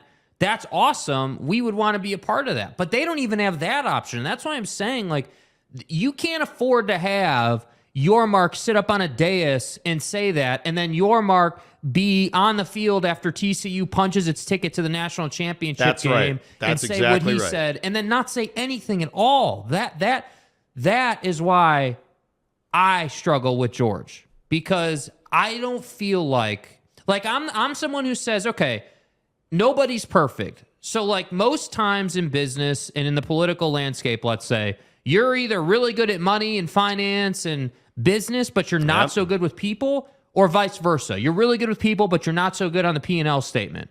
George isn't good with either. I don't know how that's possible. Jake, he did calculations on the back of an envelope. How is that? How did you hire someone that is actually worse than what Larry Scott was? How? I just don't know how that's possible, bro. All right, let's rock and roll and get your comments in here. Thanks for listening to our soliloquy here on the Monty Show. Welcome, Troy Cushing, the newest member of the exclusive Monty Show Club. Appreciate you, Troy Cushing, joining the program. And what Troy did is he click the join button, or you can click the link I just put in the comments. It's $10 a month. Program. It gets you exclusive access to our content every day. We put a brand new video in the membership only category every single day. Yesterday, you got it first that the Jazz are back involved in a John Collins deal. Last night, we all were chopping it up about the Utah Jazz in our exclusive Instagram group, watching the game together, talking about it, giving opinions. It was a heck of a lot of fun. We made fun of Jake's girlfriend last night on Instagram. We really did. You know, it was amazing. Right. We had a great time talking to you guys in our exclusive Monty Show group on Instagram. And the only way you get there is by clicking the join button and paying $10 a month to support the program. Really appreciate you doing that. Troy Cushing, welcome to the group, my friend. Program. And if you are a member of the Monty Show, make sure you DM Jake, SLC Jake on Instagram. And let him know so he'll add you to the members only group on Instagram. Did Salty Drunk join the Instagram group? I don't believe he did yet. Come on, Salty Drunk. Let's do this thing, bro. Hey, by the way, everybody here right now, all 144 of you, please give us a thumbs up. Good morning. Kurt Myers is the first one in today. Appreciate that. Steve Lopez says, happy Friday. Kenai Johnson says, the finisher had a feast. 23 Laurie. Yeah, we'll talk a lot about the finisher coming up here in about 22 minutes at 7 o'clock if you're watching the show live. Top of the hour if you are not. New York Monty fan, what's up? How are you, bud? Good to see you. Happy to be back. Finally, the Jazz snapped the losing streak. They did. Yep. Absolutely, they did.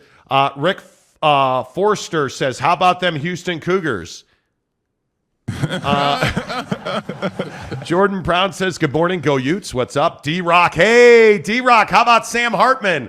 Let's go, baby. The best quarterback in the transfer portal. My aren't we the Fighting Irish in Notre Dame? Jake, your thoughts? No comment. Didn't think so. Josh Lovern, good morning to you, Coach. He says, is Disney trying to sell ABC and ESPN? I believe they are. And it's one of the other things that I think you're seeing with this Pac-12 situation. We talked about this last week on the show with Bob Iger coming back into the fold and running Disney again. One of the things I think that we see that's going to happen at Disney, they are either going to spin off ABC and ESPN, really their broadcast side of things, into its own company, or they're going to sell those assets off because Disney's got to find a way to get profitable again. One of the things that Disney's really battling is the price of just a single day ticket is out of reach for most consumers now to get into a Disneyland or Disney World property. And it's really becoming a problem. They're not able to, Disney, one of the issues they've had is they're not able to market to the garden variety consumer anymore, especially in their local areas in Orlando and in Anaheim, for instance. Can the Anaheim resident afford to pay more than $100 per ticket to get in? Can they afford, if you've got a family of 5, like 3 kids, a husband and a wife, can you afford $5,000 a year for annual passes for the family? Bro, come on. Well, the answer is obviously no to that. So Disney's got to find value proposition here for the consumer.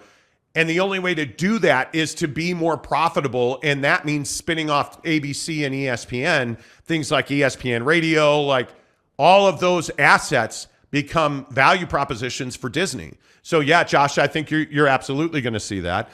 Brett Burnett says, yes, selling as Disney Iger CEO, not messing around. He has to. Good morning to John Coy. John says PAC schools to the Big 12. I don't think so, not yet. Because I also think that if you're Oregon and Washington, is the Big 12 a place you want to be? Nah, probably not. Let's be real honest about that. It's probably not a fit for you. Now, if you're Utah, Colorado, and the Arizona schools, that's a good fit in the Big 12. Mm-hmm.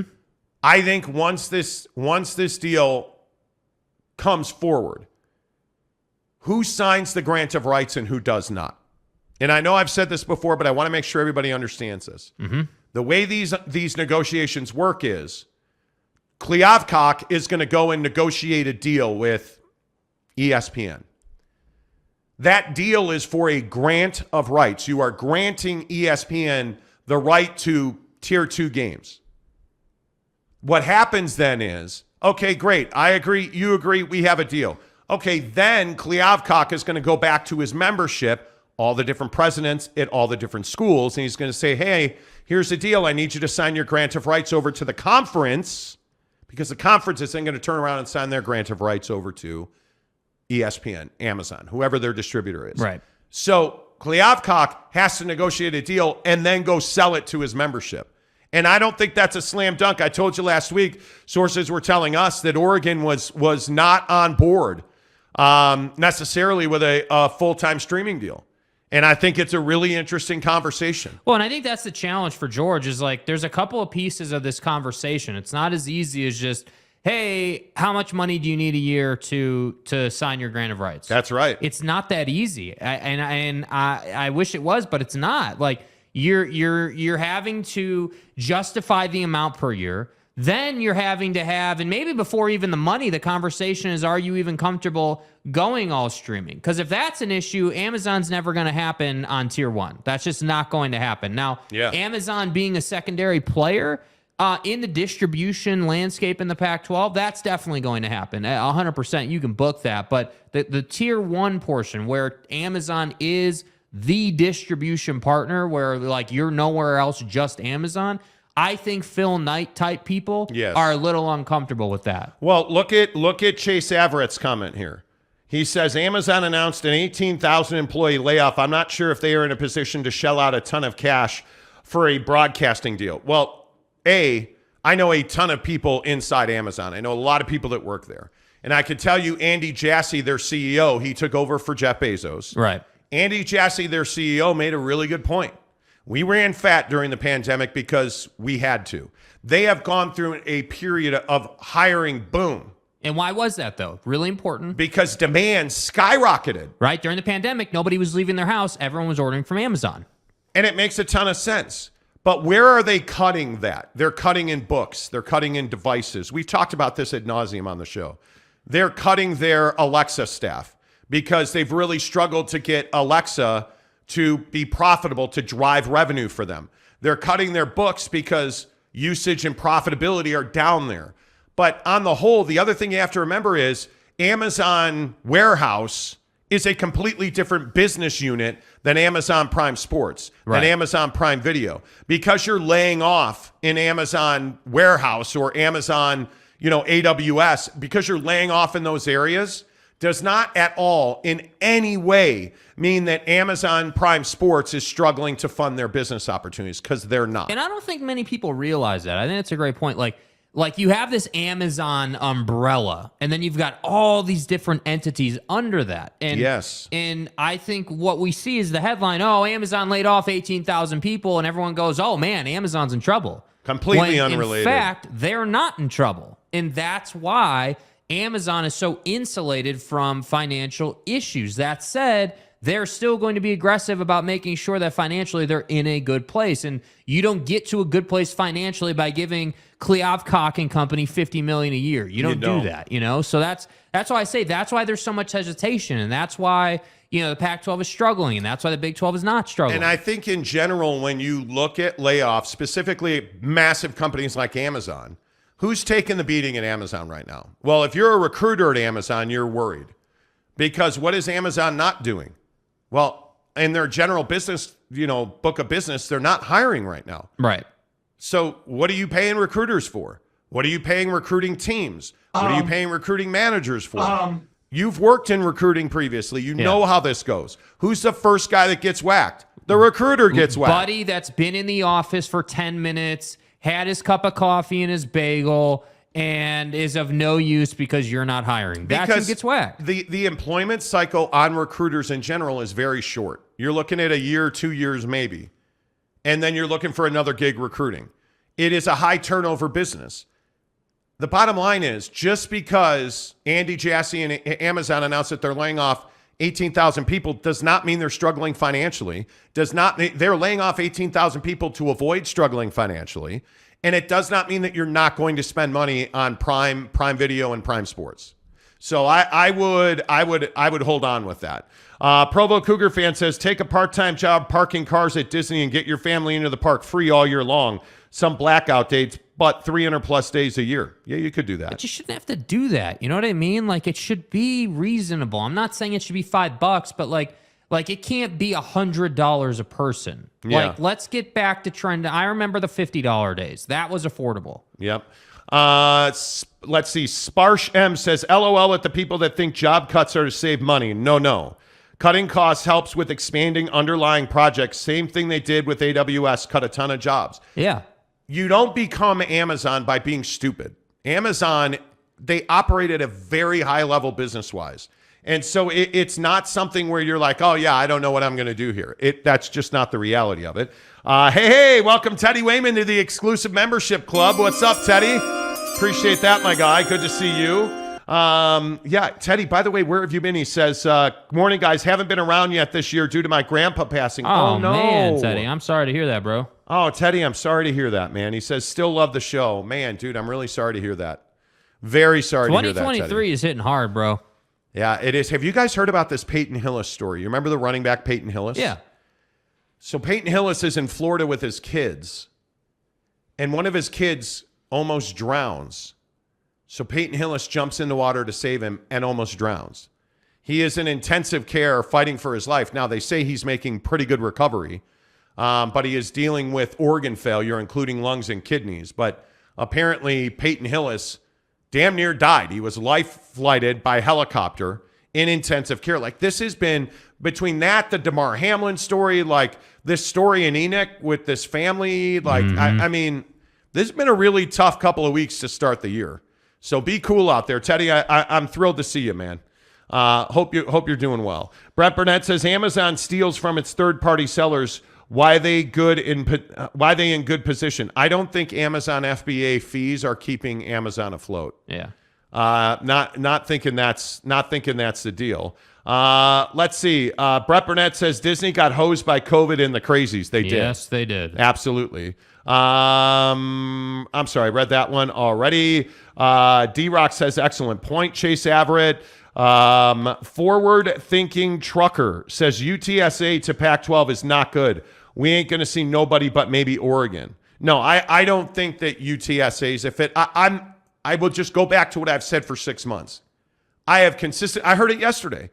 SMU and San Diego State are the two most sought after programs in college football expansion right now. Mm-hmm. People want San Diego State. People want SMU. And everybody in the Big 12 always says, oh, my God, SMU, they're tiny. Why is SMU? Because they've got boosters, they've got money, and they've got tradition. I want it. And by the way, they bring you more of the Metroplex. Taxes. That's why. I mean, it's not rocket science, friends. Yeah. It kind of feels like the Pac-12 needs ESPN, doesn't it? I mean, if you're really going to do a deal that has significant reach, that is going to attract recruits and sponsors, I feel like the Pac-12 really needs ESPN. We'll see if that deal gets done. While we contemplate that, why don't you go to Barbecue Pit Stop, bbqpitstop.com, because just like ESPN's the best in the sports business, Barbecue Pit Stop is the best in the barbecue equipment business, whether that's Traeger, Big Green Egg, Yoder, Camp Chef, you name it. You hear the words Barbecue Pit Stop, you know you're getting the best equipment, but you're also getting the best service, which is why they allow you to ask them questions on their website in their little chat function, bbqpitstop.com. or stop by any of their 5 Utah locations: Logan, Layton, Lehigh, St. George, and Murray. And this week, how about my friends in Payson? You're getting the newest, biggest, baddest barbecue pit stop on the planet. Hello, Payson. Welcome, Barbecue Pit Stop, to the city of Payson this week. Go in, tell them you saw us on the Monty Show. That's why you're at the Barbecue Pit Stop in Payson. So speaking of best, better, biggest, I'm the biggest dude in your mama and stuff, that's an awkward way to say that we want to talk about Deion Sanders on the show now. Coach Prime, he's in Colorado, and immediately the expectations were through the roof, right? Everybody thinks Coach Prime is going to win a national championship before they play a game. Just crown that ass, right? Like Coach Prime, national championship, hand out the rings, it's over. Not so fast, my friends. How good will Deion Sanders be at Colorado? And here's a question for you. Is Colorado leaving the Pac-12 to go to the Big 12? But I do want to start with this situation at Colorado, because I do think it's fascinating how many people are absolutely falling over themselves to get Deion Sanders. And he hasn't won anything yet. And the question I always bring myself back to is, what has Deion Sanders done to accumulate all this belief that the Big 12 has to have Colorado because of Deion Sanders, that the Pac-12 can't lose Colorado because of Deion Sanders? Jake, what has Deion Sanders done to garner all that attention? Yeah, I mean, I think he hasn't lost yet. Now, the places he's been as a head coach obviously are lower end. They're not Pac-12. They're not P5. They're not, coup de grace, like no doubt about it. This guy's a winner type places. But I think that there is a ton of transparency around his life, and I think it allows people to more easily believe that this guy can build a winning culture. And really, I think that is the core of the belief in Deion. Whether we're talking about the Amazon show that he's doing or, whatever you want to look to. I believe because there's transparency in the guy's life and he's constantly showing you what he's doing, that it allows you to say, okay, yeah, I do believe in this guy. He does set a standard. He does have a level of accountability. He does kick players out of meetings because they wear jewelry when they're not supposed to. Like, he actually does follow through on the things he's supposed to follow through on. And I think that ultimately, when we get down to the core, is why people believe in Deion.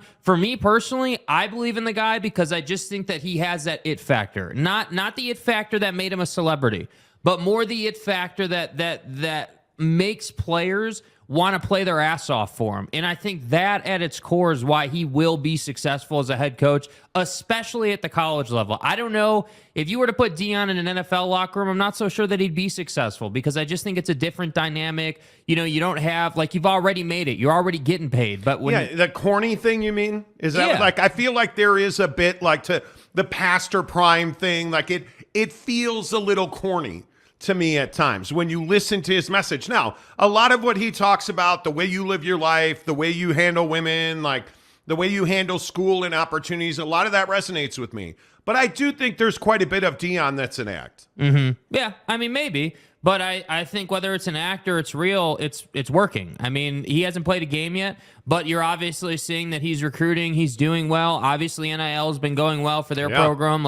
He's been taking care of the business side of college football. So I don't know. I understand why you might have some hesitations, but I don't hesitate on this guy. This guy feels like someone who, at a minimum, is not going to be as bad as they were. And I know that's not the bar, right? But for Colorado, the reality of the situation is you brought Prime in to be better. You brought Prime in so that your program could be more successful, could be better at recruiting guys, could be better at doing NIL deals, could be better at like just overall college footballing. And I think that, for me, in the first season for Deion, is what I would be looking for. I'm not telling you they're going to win the Pac-12 right out the gate. I'm not telling you that they're going to be a 10-win team. I'm not telling you all that's coming year one.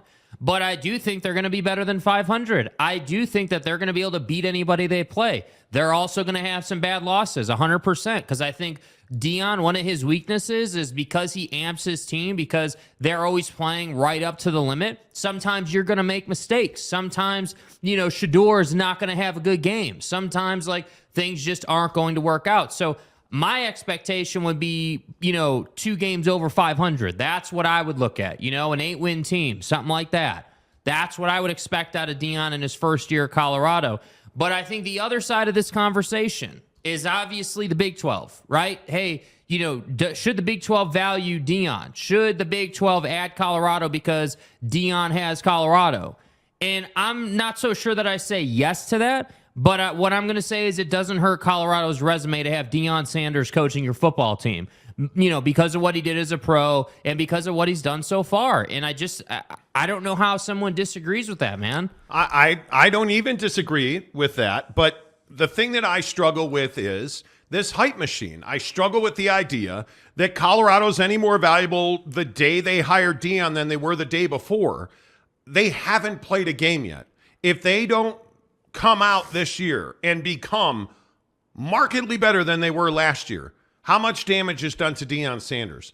And furthermore, if you put Colorado in the Big 12 in 2 years, are they successful? Do they win a significant amount of games? I don't think they do. I really don't. I think this is 3 to 5 years away from Colorado being a real contender for any conference at their end, let it be the Pac-12 or the Big 12. I just don't think that Deion or, Pastor Prime or Coach Prime or whatever the shtick is these days, you can't do what you did at Jackson State and think that's going to be good enough at Colorado. God bless. Bottom line, I think he has a long way to go. And again, I love his messaging. I'm not trying to hate on the guy. I'm not telling you that he's a terrible coach, because certainly he is not. But what I am telling you is that I think he has a lot of proving to do. I think he has a lot of work to do. Mm-hmm. And I think Colorado, in this meeting that they had today, and if you missed it, the Colorado Board of Regents had a meeting today to talk about the Pac-12, amongst other things. And we're told that there was not a lot of substance that came out of that. There was not a resounding, hey, we're going to the Big 12. There was not a resounding, hey, we're staying in the Pac-12. It feels like not a lot came out of that meeting. Now, that may change over the next 6 hours as people start talking more. But from what we understand, there was nothing substantive coming out of that meeting. And I mainly because I will maintain what I've been told for months now. I don't see a Pac-12 president that is dying to abandon the conference for the Big 12. I don't. And I think that includes Colorado. I think Colorado is a lovely fit in the culture of the Pac-12. I think, obviously, with its history, it's a lovely fit in the Big 12. Yeah. But if we're truth-telling, Colorado really is inconsequential. Because I don't think they ever consistently win in any major sport, whether it be football or basketball or any other sport you want to point to, whether it's Prime or somebody else. There are obvious issues built in. Educationally, they are trying to do things to help the football program. I totally understand that. But until we see those things on the field, I don't believe you can just nod your head and rubber stamp that Deion Sanders is taking Colorado to the college football playoff, and that's just a fact, because, Jake, I don't think it's a fact. No, I don't think that's a fact at all. And furthermore, I'd say, again, and I want to be really clear of my stance. I believe in Deion 100%. I think that Deion will do great things at the D1 level in a P5 conference. I think he will. At the same time, I think that saying that this guy is going to take his program to the college football playoff in year one is absolutely ridiculous. I mean, a bowl game in year one. Yeah, I mean, I think even a bowl game. You're right. A bowl game in year one, I think, would be a hell of an accomplishment. I mean, I think we have no choice but to compare Deion Sanders to Lincoln Riley here, going to USC, because obviously, like, Lincoln Riley had a bunch of experience at Oklahoma, right? Like, he had his success, did some great things, but year one at USC proved to be a bit challenging. There's a lot that goes into building a program. So I agree with you that it takes 2-3 years to build up a program to be Pac-12 championship caliber or competitive. But at the same time, imagine if Deion Sanders won 9 games his first year. Can you imagine? Can you imagine? And really hear me out on this, because this applies to Utah. This applies to several other schools in the PAC, and really, in my opinion, any business in the world. Anytime that you have a bunch of success in year one doing something new, you need to tell that story. And Deion uniquely understands that proposition. And so he doesn't even need to win a bowl game or make a bowl appearance or even be, in my opinion, bowl eligible to have Colorado be incredibly relevant in college football. Because that's the next thing. If we really think about this, isn't that the next thing? in helping to make your case for bowl games and the college football playoff. Because think about it, what are a lot of these programs not doing?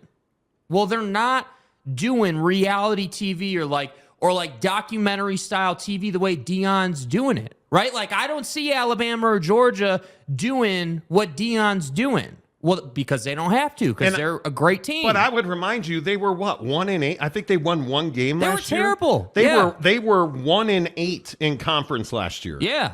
1-8, 1-11 in their 12-game schedule.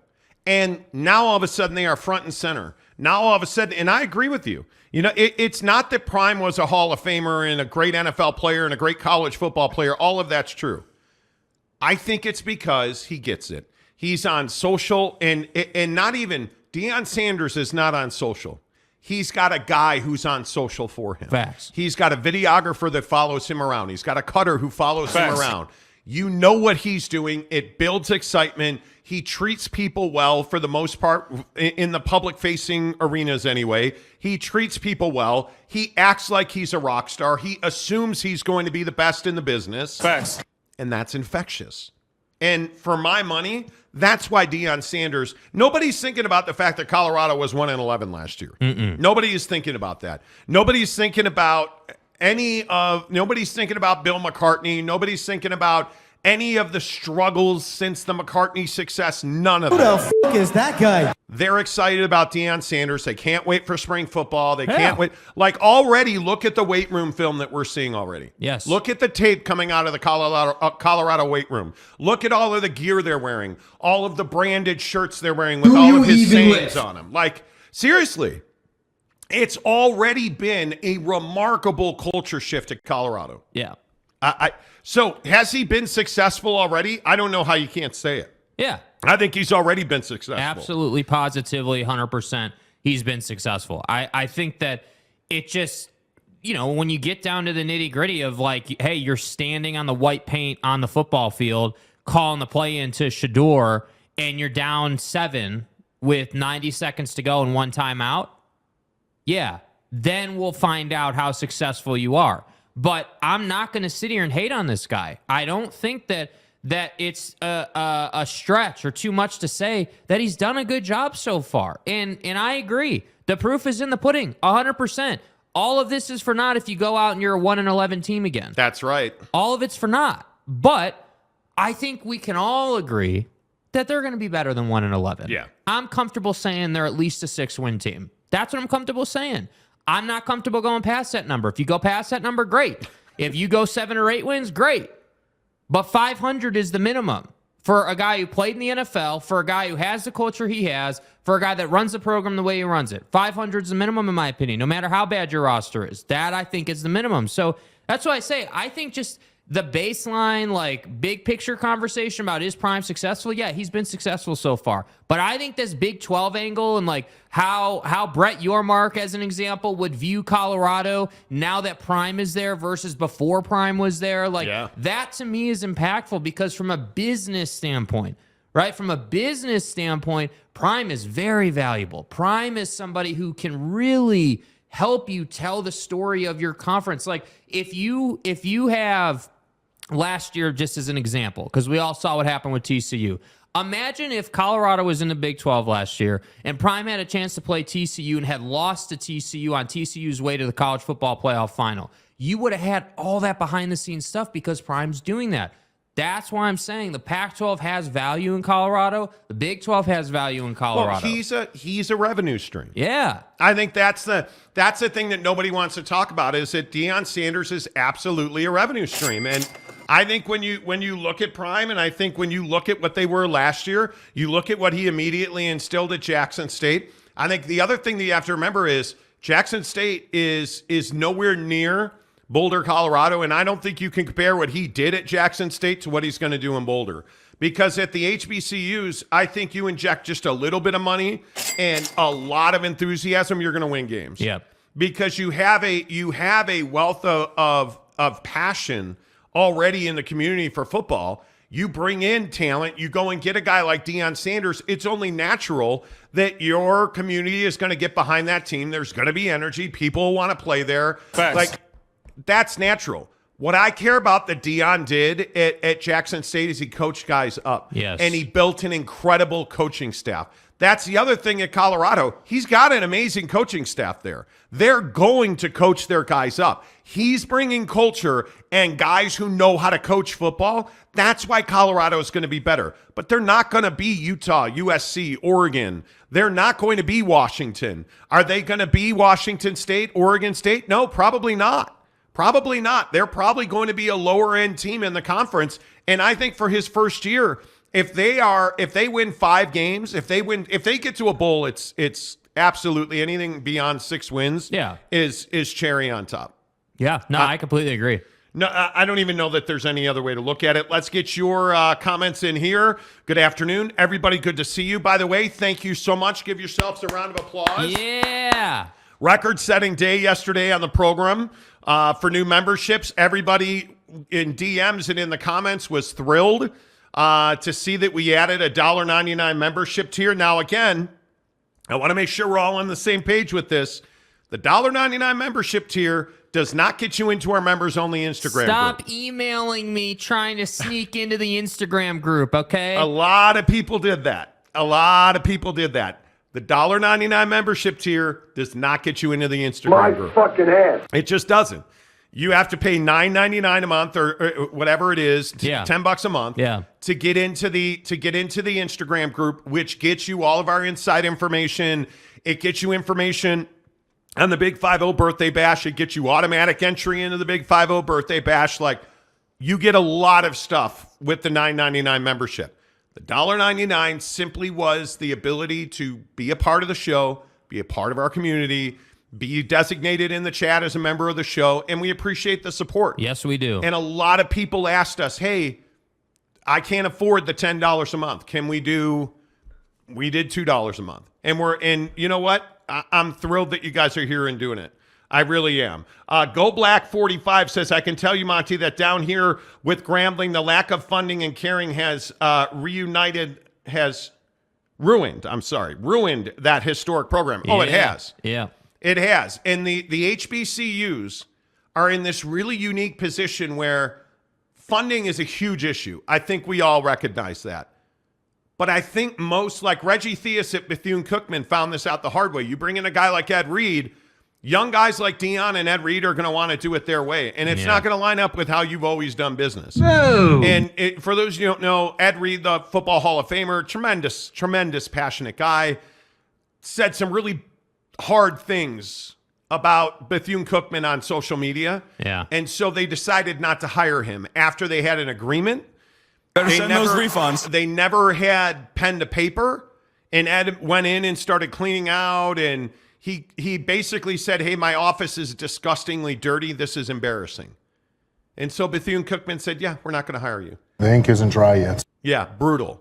But when you have a guy like Deion Sanders that comes in, he injects a bunch of energy. He injects a bunch of money. He gets guys paid. He brings in recruits. There's the good side and then the terrible side. Grambling should never be down in football. Yeah. Grambling should never be down in football, ever. It just should never happen. Hey, how about that? Let's go. First one of the day, baby. Let's go.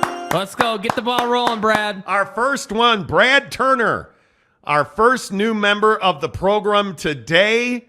I haven't even gotten to put the link in the chat yet. You can always click the join button. Appreciate that. Let's go, Brad Turner. Appreciate you. Who's first in today? First comment of the day. Hey, my guy Lopes Old Van reliable, Gabe. bro. 1 week from tomorrow, we will be hanging out with our Phoenix crew, all of our Phoenix listeners. We are going to Oregano's in Old Town Scottsdale. Lopes Van Gabe's going to be there. Fat Jesus is going to be there. We Giggity's will going to have be shows there. for you next week. Don't freak out and say, "What? You guys are going on vacation?" No, we're not. We're doing shows next week. Okay. You guys, when do we ever go on vacation? Can I ask you? Like, we don't. When do we ever like? We're going to spring training. We're leaving Sunday. We're going to go spend a week in Mesa, watch the Cubs. Of course, now it is forecasted to, rain. Unfortunately, Bonnie, please. I just don't. Whatever. Whatever. So it'll be interesting to see exactly how that plays out, but we will be doing shows next week. We will be off next Friday, St. Patrick's Day. But other than that, Monday, Tuesday, Wednesday, Thursday, live in Mesa at spring training. It's going to be a blast.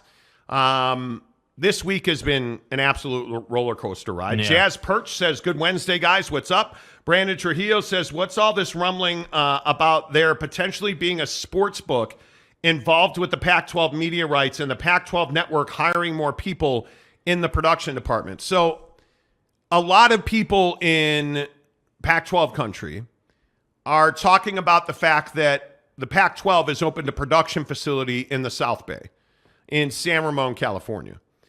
And essentially what they're doing is they're not going to have a TV network or networks in the Pac-12 networks anymore. They are going to be producing content. Now, does that mean features and shoulder content for games, or is that, hey, this is our production house for football, basketball, live sporting events? Could be a combination of both. Yeah. That's known already. That is not a surprise. The sportsbook thing has been talked about for a few months, and it is a way for the Pac-12 to generate new revenue. The issue is that, and I think we've talked a lot about this on the show, that there is a split over whether or not you should be able to go full stream on an Amazon, an Apple TV. Well, the problem is there's no money in that, right? There's no money in that. And you're losing money on that deal. So what a lot of people have talked about is bringing in, name your favorite sports book, whether it is, I don't know, BetMGM, right? Bring in BetMGM to be the official betting partner of the Pac-12 conference. That way it's an influx of cash. They bring you this, they bring you that. The bottom line is it makes up for the lack or shortfall of revenue in the conference. Now, is the NCAA going to pass that? I think that could be tough. I think that could be very tough. But if you're the Pac-12 networks, or if you're the Pac-12, content creation company, you don't really care about that because all of your content will be brought to you by BetMGM. So there are a bunch of different business models.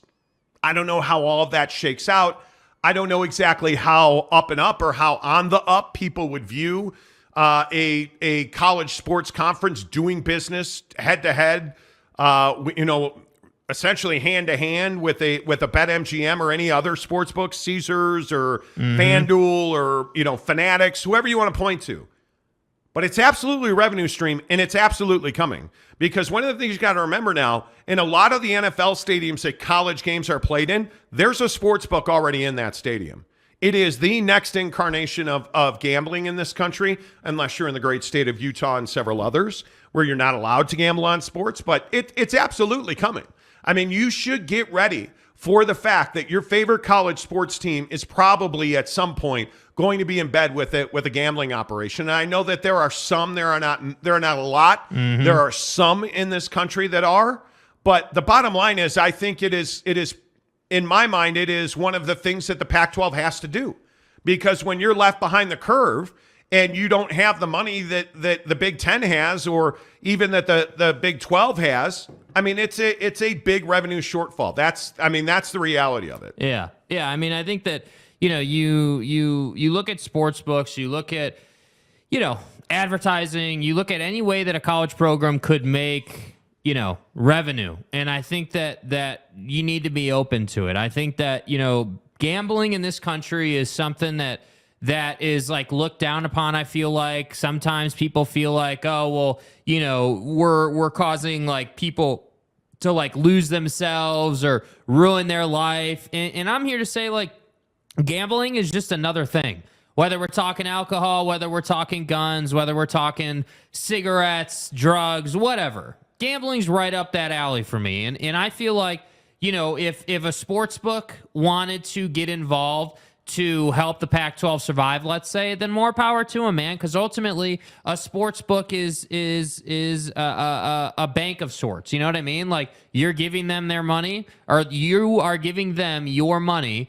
And obviously, depending on the result, you may get more money back or you may not. And to me, I just think that it's business, man. Like, sports books are always going to be involved. And I just wish that we would have some more flexibility around it, because ultimately, we know, like, we have OG viewers on this program that gamble every day in this state, right? Like, even though Utah's, against it, like, I know people that do it. It's no secret that it happens. So I don't know why we run from the whole sports book gambling, thing. It just isn't necessary. And frankly, it's a revenue source that I feel like should be leveraged to as high a level as possible. The gambling thing has bothered me for a long time because I just don't see any reason that it should be taboo. Why is it taboo? Help me understand why gambling on any sport is taboo. All around the rest of the world, it's all anybody does. In our country, you can smoke cigarettes, you can drink as much alcohol as you want. In certain states, you can smoke weed, but you can't gamble on sports. Yeah.